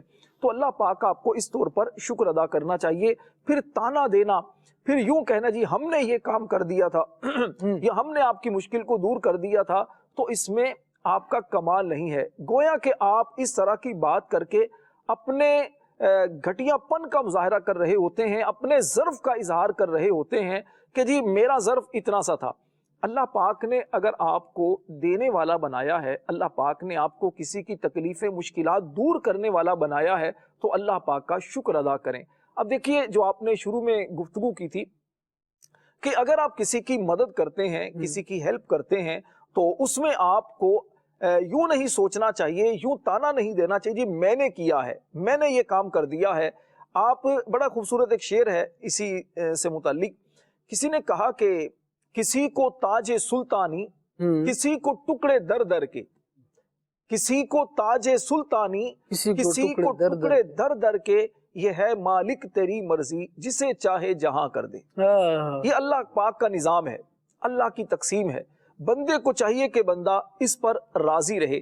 اللہ نے اگر مجھے کسی کی مدد کرنے کے قابل بنایا ہے تو ساتھ میں یہ بات ذہن میں رکھیے کہ اللہ پاک میری کتنے مقام پر مدد فرمائے گا. کریم آقا صلی اللہ علیہ وسلم کا فرمان ہے، صحیح مسلم شریف کی حدیث ہے، ارشاد فرمایا واللہ فی عون العبد ما کان العبد فی عون اخیہ. فرمایا کہ جو بندہ اپنے مسلمان بھائی کی مدد میں لگا رہتا ہے تو اللہ پاک بھی اس کی مدد فرماتا ہے. تو آپ جب کسی کی مدد فرماتے ہیں تو اللہ کریم اس وقت آپ کی مدد فرماتا ہے جس وقت آپ کو بہت زیادہ ضرورت ہوتی ہے. تو اس پہلو کو بھی ذہن میں رکھیں. کسی کی مدد کرتے ہیں پیسوں کے ذریعے، حوصلہ افزائی کے ذریعے، تھوڑی سی تھپکی دینے کے ذریعے، احساس کرتے ہوئے اس کی ڈھارس بندھا دیتے ہیں، کسی بیمار کو دوا لے کر دے دیتے ہیں، کسی دکھیارے کے ساتھ تھوڑا سا چل لیتے ہیں، تو اس سے یقیناً آپ کی عزت میں اضافہ ہوگا. اللہ پاک آپ کی محبت بھی لوگوں کے دلوں میں پیدا کرے گا، اور رب تعالیٰ آپ کو اتنا کچھ عطا کرے گا، اتنا نوازے گا رب تعالیٰ کہ آپ کے وہم و گمان میں بھی نہیں ہوگا. اگر آپ کو اس کا یقین نہیں ہو رہا تو آپ کسی ایسے بندے سے ملاقات کر کے دیکھ لیں جو بڑا خوشحال ہے، بڑا پرسکون ہے. تو آپ کبھی اس سے ملاقات کر کے دیکھیں تو پتہ چلے گا کہ یہ بندہ بہت ساری ایسی نیکیاں کرتا ہے، یہ دوسروں کا احساس کرتا ہے جس کی وجہ سے اس کا دل سکون سے بھر چکا ہے. راشد، ہم نے ایسے لوگ دیکھے ہیں، ہو سکتا ہے مدنی چینل کے ناظرین نے بھی کئیوں نے دیکھے ہوں، کہ جو پریشان رہتے ہیں اور ان کی پریشانی اپنی نہیں ہوتی، وہ اس میں پریشان ہوتے ہیں، یار یہ میرا بھائی ہے، یہ کیوں پریشان ہے، اس کی پریشانی دور کرو. یعنی اس کا رشتہ دار بیچارہ ایڈمٹ ہے ہاسپٹل میں، پریشان یہ ہے، اس کی جناب والا طبیعت خراب ہے تو اس کا گھر کہیں اور ہے کہیں، لیکن اس کو پتہ چل گیا، اس کو یہ فیل ہوتا ہے کہ یار نہیں، اس کو پریشانی نہیں ہونی چاہیے، میں کیا کر سکتا ہوں؟ اچھا میں ڈاکٹر سے بات کر سکتا ہوں، رپورٹ دیکھ کر تسلی دے سکتا ہوں، کچھ کر سکتا ہوں. یعنی وہ کہیں نہ کہیں سے اپنی پریشانی کی وجہ نکال لیتے ہیں، اور وہ خود اس لیے پریشان نہیں ہوتے کہ ان پر کوئی مصیبت ٹوٹی ہے، کسی ساتھ والے پر، کسی متعلقہ فرد پر، کسی دوست پر، کسی دوست کے رشتہ دار پر، رشتہ دار کے دوست پر، یعنی یوں دور دور کی پریشانیاں بھی وہ بھاگ کر لے رہے ہوتے ہیں اور اس کو حل کرنے کی کوشش کر رہے ہوتے ہیں. اس پہ کمال پتہ ہے کیا ہے؟ یہ بندہ انہی چیزوں میں پریشان رہتا ہے، اللہ کریم اسے، اس کے خاندان کو ان پر بیتنے والی پریشانیوں سے بچاتا ہے. اور کئی لوگ میری نظر میں، یعنی میں ابھی گفتگو کر رہا ہوں تو مجھے یاد آ رہا ہے کہ ایسے لوگ ہیں. یہ کتنا بڑا کرم ہے، اور یہ یعنی اس روایت کی ایک طرح سے تصدیق بھی ہے. یعنی آپ ایک تو سند کی تصدیق کریں نا کہ یہ روایت کس نے کس سے کیسے روایت کی، اور پھر اس سند میں کتنے راوی جو ہیں سکھائے ہیں، کتنے غیر سکھائے، وہ ایک جدا گانا بحث ہے. لیکن یہ ایک ایسی سچائی ہے کہ بندہ دیکھ رہا ہوتا ہے، یہ لوگوں کی مدد میں لگا رہتا ہے، اس کے اوپر اپنی مصیبت آ ہی نہیں رہی ہوتی. اور جہاں اس نے یہ سوچا کہ یار نہیں، لوگوں کی جو میں ہیلپ کر رہا تھا اس سے تھوڑی سی کمی کر لوں، اس بجٹ کو ہٹا لوں، اس کو ذرا لوگوں، اچھا ساتھ والے احساس کیا دلا رہے ہوتے کہ اتنا کماتے ہو، سارا کا سارا لوگوں پہ لگا دیتے، اپنے مشکل وقت کے لیے کیا بچا. تو کسی نے بڑی پیاری بات کی کہ جو مشکل وقت کے لیے جوڑتا ہے نا، پھر اس پر مشکل وقت آ جاتا ہے تو پھر وہ مشکل وقت میں سب لگا دیتا ہے. تو یہ جوڑنے کا کیا فائدہ ہوا؟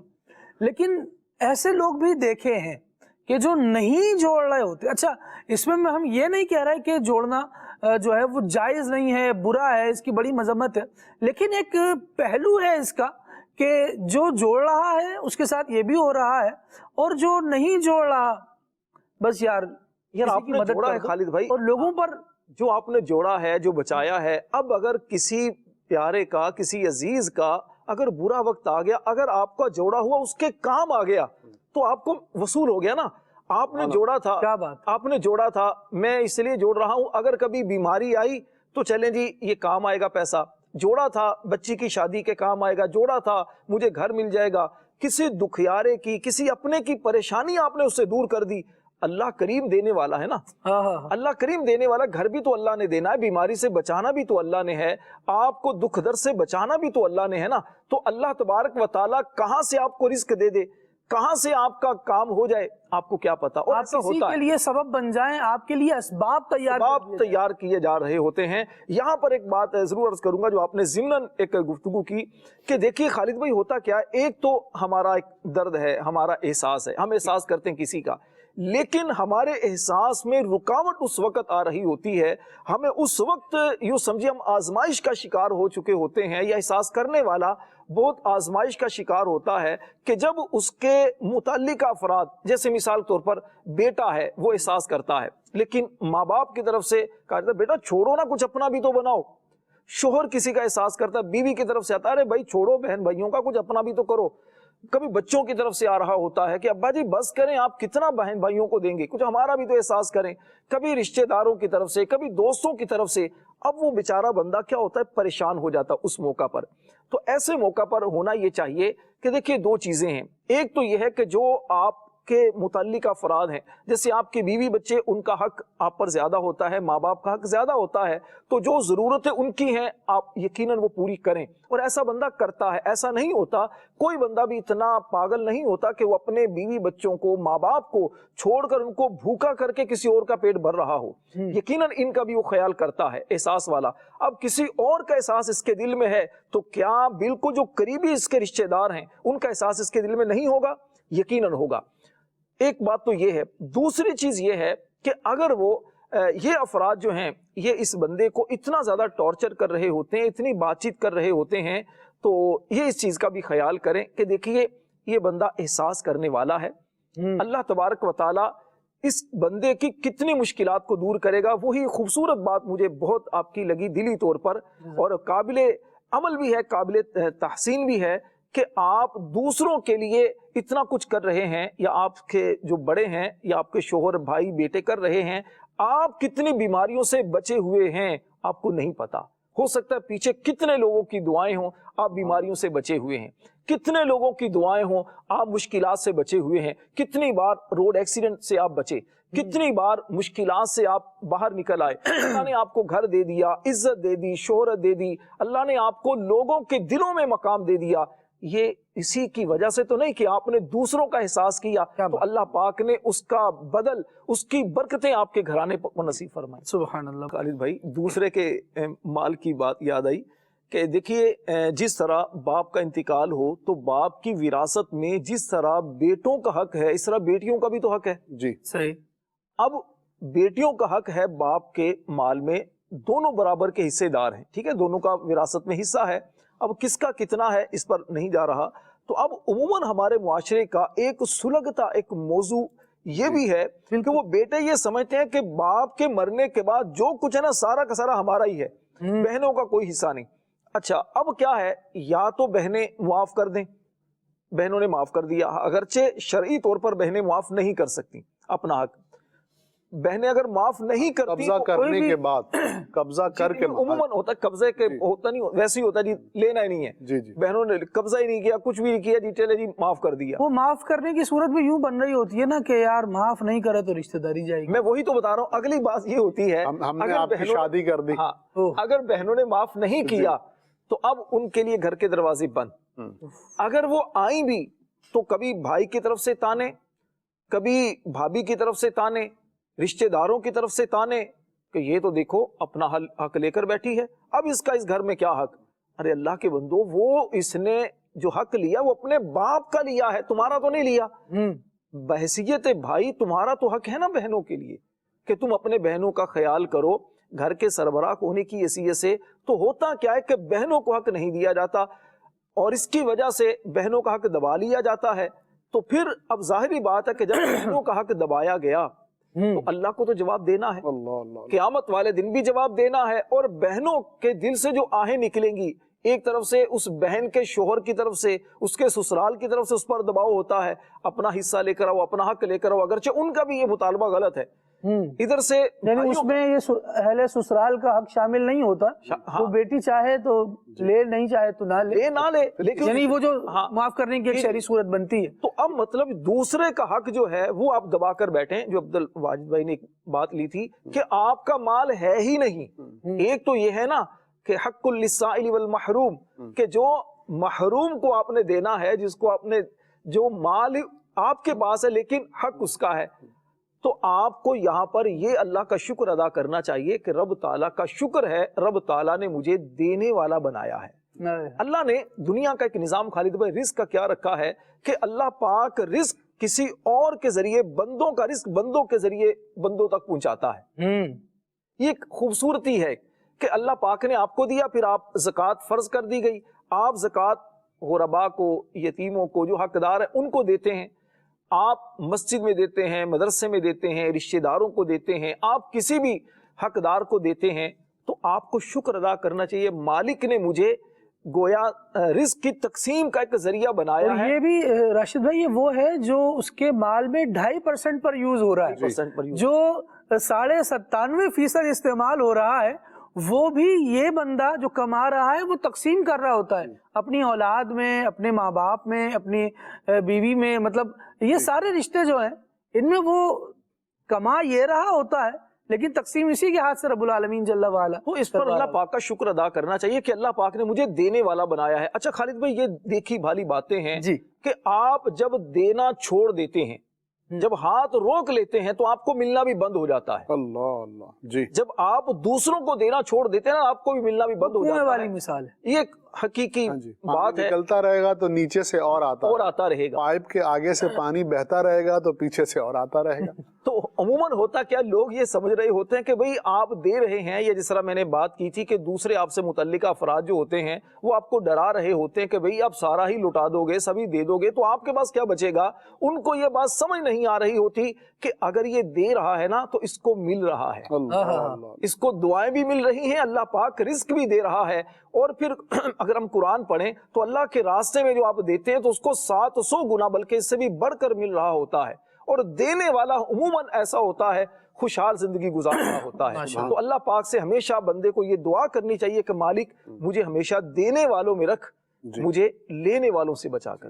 آپ ہی کی گفتگو کو تھوڑا سا آگے بڑھا کے پھر آپ کی طرف آؤں گا خالد بھائی، کہ ہمارے ہاں اس چیز کی تو فکر ہے کہ بہنوں کے ساتھ بھائیوں کے ساتھ بہنوں کی بھی وراثت ہے، لیکن اس کی بھی توجہ کی ضرورت ہے کہ اگر مرنے والے کی متعدد شادیاں ہیں اور اگر اس کی فار ایگزامپل 2 شادیاں ہیں یا 3 شادیاں ہیں تو اس کی تینوں بیویاں اس کے نکاح میں ہیں، اور ان تینوں بیویوں سے جو بھی اس کی اولاد ہے وہ بھی جائیداد میں حصے کی مستحق ہے جو شرعاً ان کا بنتا ہے۔ اب ہوتا یہ ہے کہ ایک بیوی جس کے پاس وہ زیادہ رہتا تھا یا جس کے پاس انتقال ہوا تو اب اس بیوی کے بچے اور وہ بیوی جائیداد پہ قبضہ کر لیتے ہیں اور سوتیلے بہن بھائیوں کو محروم کر دیتے ہیں۔ تو اس کی طرف بھی توجہ کی ضرورت ہے کہ وہ بھی اتنی ہی اولاد ہیں جتنے آپ اولاد ہیں، اور وہ زوجہ جو نکاح میں تھی مرنے والے کے تو وہ بھی اس کی بیوی ہے، اس کا بھی حق بنتا ہے۔ اور ایک بات اور کہ دیکھیں، خرچ کرنے میں ترجیحات ہیں کچھ۔ جب آپ پہ خرچ کرنا فرض ہو جائے تو پہلے اس مد میں اس موقع پہ خرچ کیجئے۔ زکوٰۃ فرض ہے، زکوٰۃ پہ پہلے خرچ کیجئے۔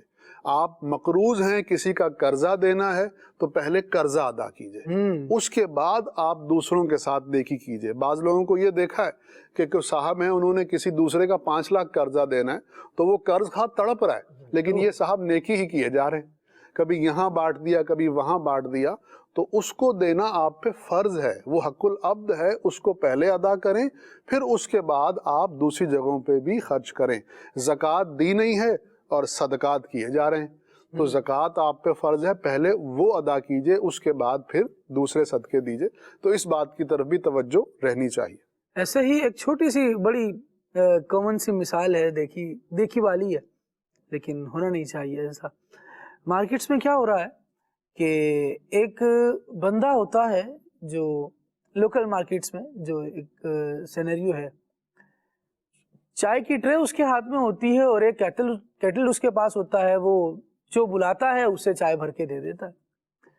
اب سیٹھ صاحب جناب والا کوئی بھی کسٹمر آتا ہے تو فوراً ہاں بھائی چٹکی بجا کے بلایا بندے کو، وہ آیا غریب، اس نے چائے دے دی. ظاہر بلانے کا مقصد یہی تھا. اب وہ جناب پیسے لینے آیا ہے، ہاں ابھی تو ہے نا، دکان کھلی ہے، ابھی بہت ٹائم ہے، پھر آنا. یوں کرتے کرتے پورا دن گزار دیں گے. اچھا اسی دوران جو مانگنے والے آتے رہتے ہیں جی ان کو دیتے رہیں گے، لیکن جس سے خرید کر پینا تھا اس کا بل، ارے کیا ابھی رکو، رات کو ہی بولیں گے یار آج سیل نہیں ہوئی تو ذرا کل لے لینا. ارے بھائی 4 6 8 کپ پیاری آپ نے چائے پی ہے، مطلب اتنی سیل نہیں ہوئی. اچھا مارکیٹ میں بیٹھیں تو دکھتا ہے یار ایسا نہیں ہے کہ سیل نہیں ہوئی، مطلب ایک تو آپ اس کو حقدار کو اس کا حق نہیں دے رہے، دوسری بات یہ کہ اس سے جھوٹ بھی بول رہے ہیں، اور تیسری بات یہ کہ آپ جھوٹ بول رہے ہیں، اس بندے کو اس کا اچھی طرح ادراک ہے، لیکن وہ غریب بیچارہ کیا کرے، کچھ نہیں کر سکتا اس کا، کیونکہ کل کاروبار اس کے دونوں ہاتھوں میں ہی ہوتا ہے. تو وہ کہتا ہے بھائی میں پیسے لوں گا تبھی تو کل کے لیے کچھ لے کر آؤں گا. لیکن بہرحال ہم اس حقدار کو بیچارے کو تڑپا رہے ہوتے ہیں. بات پھر احساس کی آتی ہے. مدنی چینل کے ناظرین، یہ ہم سے جڑے ہوئے کئی موضوعات ہیں جن پر ہم نے نگاہ احساس ڈالنی ہے، توجہ کی نظر کرنی ہے. اللہ کریم ہمیں حقوق کی رعایت کرنے والا بنائے، حقوق کی ادائیگی کرنے والا بنائے. آئیے کچھ کالز شامل کرتے ہیں. ناظرین ہم سے کیا کہنا چاہ رہے ہیں؟ کھلے آنکھ صلی اللہ کہتے کہتے بہت اچھا پروگرام ہے. اللہ پاک آپ کو سلامت رکھے، صحت دے. جب سے دیکھ رہے ہیں دل کو سکون آ رہا ہے. میں آپ سے ایک بات کرنا چاہ رہا تھا کہ انسان کو کسی کے ساتھ ایسا تعلق رکھنا چاہیے کہ کل کو بندہ فوت ہو جائے تو آپ کی قبر کے پاس سے کوئی بندہ گزر نہ سکے کہ جی آئے ہیں تو اس کے پاس دعا کر کے اب جانا ہے. تو یہی زندگی ہے، یہی آخرت ہے. اللہ پاک آپ کو سلامت رکھے جی. واہ جی واہ، یعنی آپ دنیا سے گزر جائیں لیکن لوگوں کی دعاؤں میں شامل رہیں، یعنی اس کا ایک آسان مطلب یوں بھی لیا جا سکتا ہے. بہت پیاری بات آپ نے کی. اللہ کریم برکت دے، اللہ ہمیں ایسا بنائے کہ ہم لوگوں کی دعاؤں میں رہیں، لوگوں کی دعائیں خیر میں رہیں. مزید کال دیجیے. میں محمد افنان اتاری بات کر رہا ہوں لاہور سے، اور آج کوئی خواجہ غریب نواز رحمۃ اللہ تعالیٰ علیہ کا کوئی پیارا سا کلام سنا دیں. کیا بات ہے، اللہ کریم برکت دے آپ کو. مزید کال دیجیے. محمد بشیر اتاری، ہرنولی تحصیل پپلا، ضلع میاں والی، پنجاب تو گل کرے نا پیا. ماشاءاللہ کھلے ہم صلی اللہ کہتے کہتے بہت چنگا سلسلہ ہے. اساں یہ سلسلہ بڑی شوق نال ویکھتے ہاں. اج دا موضوع بھی ماشاءاللہ بہت پیارا ہے تے سانو اے والا کلام سنا دین. سرکار توجہ فرمائے. کیا بات ہے بھائی، اللہ کریم برکت دے. ایک کال اور دے دیجیے گا.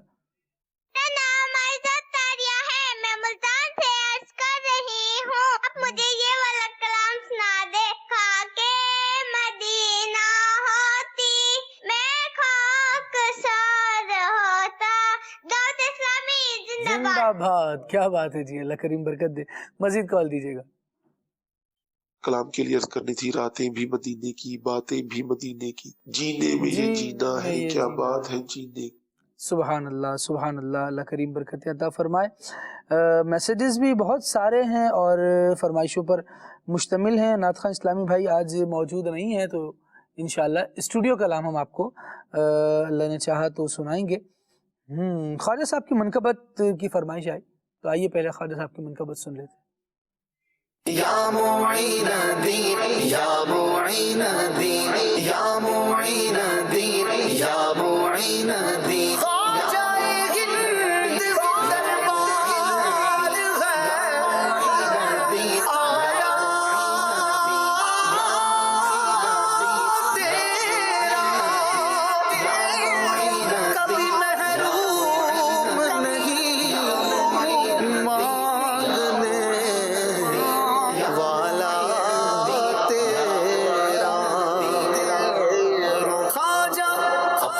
قدموں میں بولا خواجہ پیا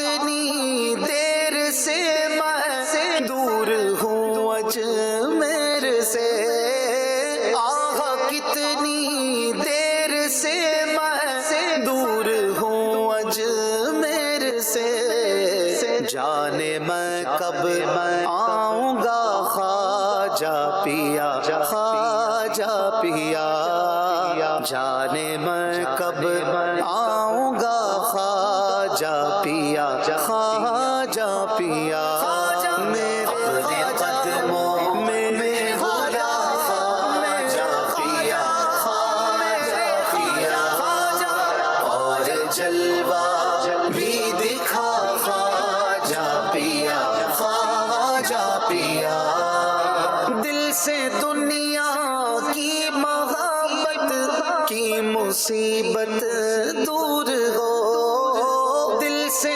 دنیا کی محبت کی مصیبت دور ہو، دے دو عشق مصطفیٰ خواجہ پیا، خواجہ پیا، دے دو عشق مصطفیٰ خواجہ پیا، خواجہ پیا، اپنے قدموں میں بولا خواجہ پیا، خواجہ پیا، اور جلوہ بھی دکھا خواجہ پیا، خواجہ پیا، تیری الفت میں جیوں تیری محبت میں مروں، تیری الفت میں جیوں تیری محبت میں مروں، ہو کرم ایسا شاہ خواجہ پیا، خواجہ پیا، ہو کرم ایسا شاہ خواجہ پیا، خواجہ پیا، اپنے قدموں میں بولا خواجہ پیا، خواجہ پیا، اور جلوہ بھی دکھا خواجہ پیا، خواجہ پیا، یا معین دین اجمیری کرم کی بھیک دو، از پے غوث و رضا خواجہ پیا، خواجہ پیا، آفتوں کی آندھیاں کر دور دے امن و امان، آفتوں کی آندھیاں کر دور دے امن و امان، بحر خاک کربلا خواجہ پیا، خواجہ پیا، بحر خاک کربلا خواجہ پیا، خواجہ پیا، میرے قدموں میں بولا خواجہ پیا، خواجہ پیا، اور جلوہ بھی دکھا خواجہ پیا، خواجہ پیا، شب و شبیر کا صدقہ بلائیں دور ہو، شب و شبیر کا صدقہ بلائیں دور ہو، اے میرے مشکل کشا خواجہ پیا، خواجہ پیا، اے میرے مشکل کشا خواجہ پیا، خواجہ پیا، اپنے قدموں میں بولا خواجہ پیا، خواجہ پیا، اور جلوہ بھی دکھا خواجہ پیا، خواجہ پیا، جھولیاں بھرتے ہو منگتوں کی مجھے بھی ہو عطا، جھولیاں بھرتے ہو منگتوں کی مجھے بھی ہو عطا، حصہ جود و سخا خواجہ پیا، خواجہ پیا، قصہ جود و سخا خواجہ پیا خواجہ پیا اپنے قدموں میں بلا خواجہ پیا خواجہ پیا اور جلوہ بھی دکھا خواجہ پیا خواجہ پیا خاتمہ بالخیر ہو میٹھے مدینے میں میرا ہاتھ اٹھا کر دعا خواجہ پیا خواجہ پیا ایک ذرہ ہو تار کے کھو جائے گا ایک ذرہ ہو تار کے کھو جائے گا خواجہ گھر بھر کا بھلا خواجہ پیا خواجہ پیا خواجہ گھر بھر کا بھلا خواجہ پیا خواجہ پیا میرے قدموں میں بھلا خواجہ پیا خواجہ پیا اور جلوہ بھی دکھا خواجہ پیا خواجہ پیا یا معین دین یا معین دین یا معین دین یا معین دین سبحان اللہ سبحان اللہ. اللہ کریم کرم فرمائے.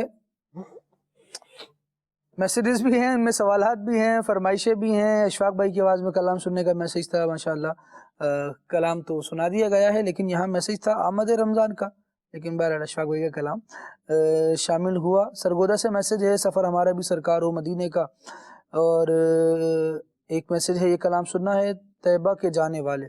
ٹھیک ہے جی. میسیج میں ہے کہ ماشاءاللہ بہت اچھا پروگرام ہے، کھلے آنکھ صلی اللہ کہتے کہتے ہم سب گھر والے بہت شوق سے دیکھتے ہیں، اور کلام سننا ہے اب میری نگاہوں میں جچتا نہیں کوئی، کلام شامل کرنا ہے. ٹھیک ہے جی. اجل اجل یا رمضان. یہ میسیج کرنے والے ہیں محمد بلال رضوی احمد آباد سے. ٹھیک ہے جی. اللہ کریم آپ کو خوشیاں دے، سلامتیاں دے. حمزہ والا سے میسیج ہے دعائے مدینہ اور دعائے مغفرت. اللہ کریم آپ کی ہماری ہم سب کی مغفرت فرمائے، میٹھے مدینہ کی بعد اب حاضری بھی نصیب فرمائے. اور کلام سننا ہے ہر وقت تصور میں مدینے کی گلی ہو. ٹھیک ہے جی. ایک اور کلام کی فرمائش ہے تنم فرسودہ جہاں پارا. آئیے یہ کلام تنم فرسودہ جہاں پارا 70 بھائی کا پڑھا ہوا سماعت کرتے ہیں. بلا لو اپنے در پر اب تو غم خانہ بدوشوں کو، پھرے کب تک ذلیل و خوار در در بے ٹھکانے سے شب فرقت ڈھلے بر آئے ارمان یا رسول اللہ کرو تم آساں کا اپنے مہمان یا رسول اللہ بلا لو اب تو قدموں میں میری جان یا رسول اللہ تنم فرسودہ جاں پارا ہجراں یا رسول اللہ دلم پشمردہ آوارہ زیسیاں یا رسول اللہ تنم فرسودہ جاں پارا ہجراں جان یا رسول اللہ، تمہاری یاد کا غلبہ ہمیشہ دل پہ ہو تاری، لگا دو عشق کی اپنے خدا را ایسی چنگاری، اسی خواہش میں کٹ جائے میری عمر رواں ساری، چسوئے من گزر آری، من مسکین زناداری، فدائے نقش نالینت کنم جان یا رسول اللہ، فدائے نقش نالینت، فدائے نقش نالینت کنم جان یا رسول اللہ۔ اللہ اکبر، اللہ اکبر۔ اللہ رب العالمین جل وعلا نبی کریم صلی اللہ تعالیٰ علیہ وآلہ وسلم کی محبت میں ہمیں اور وارفتگی نصیب فرمائے، اور یقیناً عاشقوں کے اپنے اپنے انداز ہیں۔ علامہ جامی رحمۃ اللہ تعالیٰ علیہ کا یہ زبردست کلام ہے، اور اردو اشعار کے ساتھ فارسی کلام پر تضمین کا بھی ایک یہ نرالا اور اچھوتا انداز ہے۔ اللہ کریم جل وعلا عاشقان رسول کو، ان کی کیفیتوں کو سلامت رکھے اور اپنی رحمت کی نظر بھی فرمائے۔ احساس مدنی چینل کے ناظرین، آج سلسلے کا عنوان رہا، اور اسی میں ایک بہت ویلڈ ٹاپک یہ بھی ہے، اس کا ذیلی عنوان یہ بھی بنتا ہے کہ انسان جو ہے وہ اپنے پڑوسیوں کا احساس کرے۔ دعوت اسلامی کی مرکزی مجلس شورا کے رکن حاجی شاہد اتاری دامت برکاتہم العالیہ اس حوالے سے تربیت فرما رہے ہیں۔ کیا گفتگو ہے، آئیے ملاحظہ کرتے ہیں۔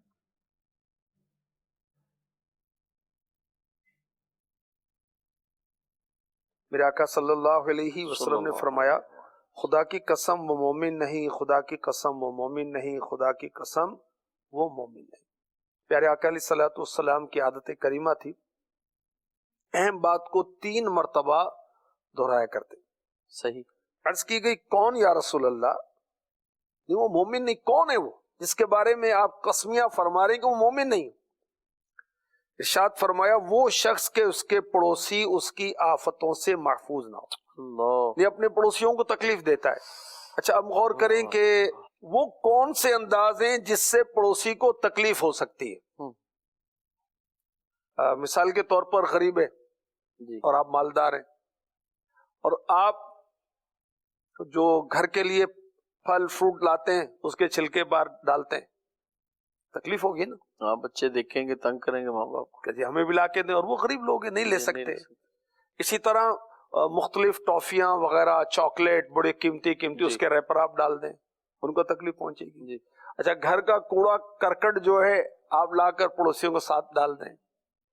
کوئی ایسی صورت ہے کہ دھواں پڑوس میں پہنچتا ہے اور آپ ایک لگے ہوئے کام میں اور دھواں وہاں پہنچ رہا ہے۔ اسی طرح آپ نے عمارت اس انداز سے بنائی ہے کہ ان کو تکلیف ہے، ان کی ہوا رک گئی، تو یہ بھی ایک انداز ہو سکتا ہے۔ اسی طرح آپ گھر کے اندر شور شرابہ کر رہے ہیں، غل غپاڑا کر رہے ہیں، اور گانے اتنی اونچی آواز سے اللہ کی پناہ، اور وہ تو ویسے بھی جائز نہیں تھا آپ کے لیے، اب پڑوسیوں کو بھی تکلیف ہو رہی تو اس کا گناہ اور بھی بڑھ جائے گا۔ آپ رات دیر سے، جہاں فلیٹ سسٹم ہے، بڑی بڑی عمارتیں زیادہ تر کراچی میں، لاہور میں بھی ہے، دیگر شہروں میں بھی، حیدرآباد وغیرہ میں بھی ہیں، تو اب آپ کا گھر اوپر ہے، نیچے یہ بھی تو پڑوسی ہیں نا بھائی جی، ایسے تو آپ بیڈ یا صوفہ کوئی چیز آپ گھسیٹ رہے ہیں، اس کی رر کر کے جو آواز آئے گی تو وہ ایک دم نیند میں وہ ایک گھبرا کر اٹھیں گے، کیسی آواز ہے، کیوں آواز آ رہی۔ اللہ رب العالمین ہمیں اپنے پڑوسیوں کا بھی خیال رکھنے کی توفیق عطا فرمائے۔ یہ بھی بڑا احساس کرنے والا موضوع ہے، اور یوں سمجھیں کہ بڑی ایک کامن بات کی جاتی ہے کہ کسی بھی ناگہانی صورتحال میں، کسی بھی اچانک آنے والی مصیبت میں سب سے پہلے بندے کے کام آنے والا ہوتا ہے وہ پڑوسی ہوتا ہے. ان سے بنا کے رکھنی چاہیے، اور یہ بہت فائدے کی بات ہے. دنیاوی فائدے اس سے نصیب ہوتے ہیں، لیکن بندے کو اخروی ثواب پر بھی نظر رکھنی چاہیے. کوئی تہوار کے دن ہو، کوئی جیسے بڑی رات ہے اور کل گزری، آج کا دن ہے، لوگ مختلف قسم کے انواع و اقسام کے کھانے بنا رہے ہوتے ہیں، تو وہ گھر سے پڑوس تک پہنچائے جائیں. یہ بھی ایک اچھا انداز ہے. اور اس حوالے سے جتنی خیر خواہی کی جائے، کچھ پہلو وہ ہیں جو حاجی شاہی صاحب نے قبلہ نے ارشاد فرمائے. اور اس کے علاوہ بھی بہت ساری باتیں ایسی ہیں. ہمیں دیکھنا چاہیے کہ ہمارے پڑوس میں بسنے والے یہ بھی انسان ہیں. اگر ہمیں کسی چیز سے تکلیف ہوتی ہے تو انہیں بھی ہوتی ہوگی، اگرچہ وہ ہمیں تکلیف دے رہے ہوں. ہمیں تکلیف نہیں دینی چاہیے. جب ہر بندہ یہ احساس کرے گا تو دونوں ہی انشاءاللہ مصیبتوں سے، پریشانیوں سے اور ایک دوسرے سے کی طرف سے ملنے والی تکلیفوں سے محفوظ رہیں گے. سلسلے کے اختتامی مراحل ہیں اور چند ہی منٹس رہ گئے. عبد الواجد بھائی سے سلسلے کی آخری بات لیتے ہیں اور اس کے بعد اختتام کی طرف چلتے ہیں. جی عبد الواجد بھائی. لب لباب یہی خالد بھائی کہ احساس جو ہے یہ ایک ایسا جذبہ ہے کہ جس دل میں پیدا ہو جائے نا تو وہ اس کی دنیا بھی سنور جاتی ہے اور اس کی آخرت بھی سنور جاتی ہے. اور جو شخص اس جذبے سے محروم ہے اس کی دنیا تو پھر برباد ہوتی ہے، جیسے ہم نے مثال دی، واقعات ہم نے عرض کیے. ایسے ہی اس کی آخرت کے بھی برباد ہونے کا اندیشہ ہے کہ جب اس کے دل میں احساس ہی نہیں تو پھر وہ کیا کسی کے ساتھ اچھے طریقے سے چلے گا، کیا حسن اخلاق سے پیش آئے گا. جو دل احساس سے خالی ہوتا ہے اس کے تو اپنے سگے والدین اس سے ناراض ہو جاتے ہیں.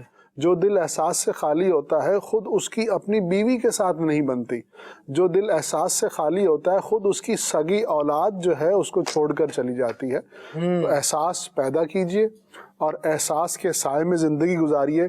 پھر آپ دیکھیں گے کہ آپ کی دنیا بھی سنور جائے گی اور انشاءاللہ آخرت میں بھی آپ کے لیے کامیابی جو ہے وہ آپ کو مل جائے گی. ماشاءاللہ. اللہ کریم ہم سب کو احساس کرنے والا بنائے. مدنی چینل کے ناظرین، احساس کے عنوان پر ایک بہت زبردست میسج میں یہ بھی دینا چاہوں گا کہ ہم سب کو اللہ رب العالمین نے ان گنت نعمتوں سے نوازا ہے.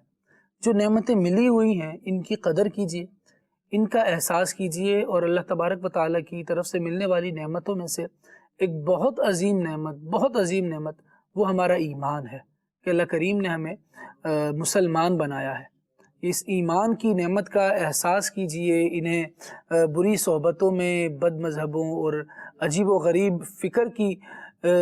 فکر رکھنے والے لوگوں کی صحبتوں میں بیٹھ کر اپنے ایمان کو داغدار نہ بنایا جائے. اسے ایسا نہ کیا جائے کہ یہ مختلف قسم کی آلائشوں سے، وہ مختلف قسم کی بری صحبتوں کی وجہ سے، بری باتوں سے آلودہ ہو جائے.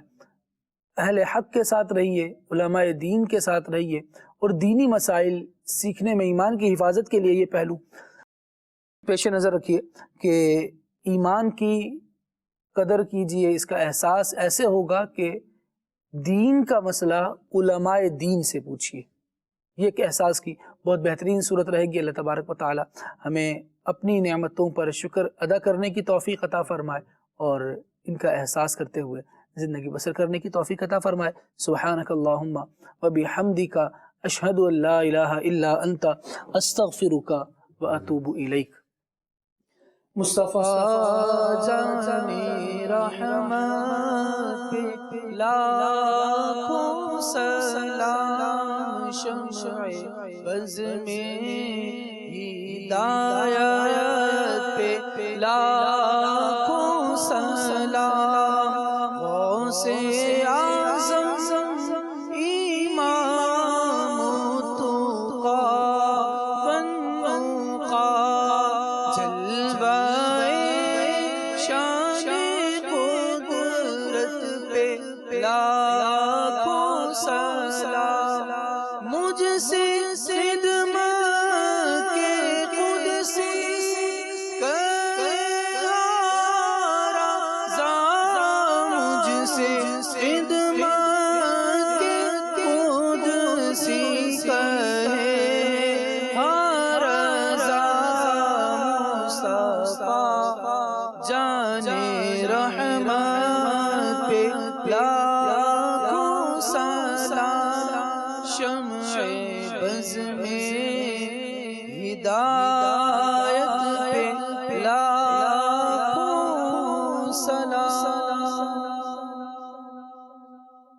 چلو سیکھیں قرآن و سنت کی باتیں جو مہکائیں دن اور کرے نور راتیں. کھلے آنکھ صلی علی کہتے کہتے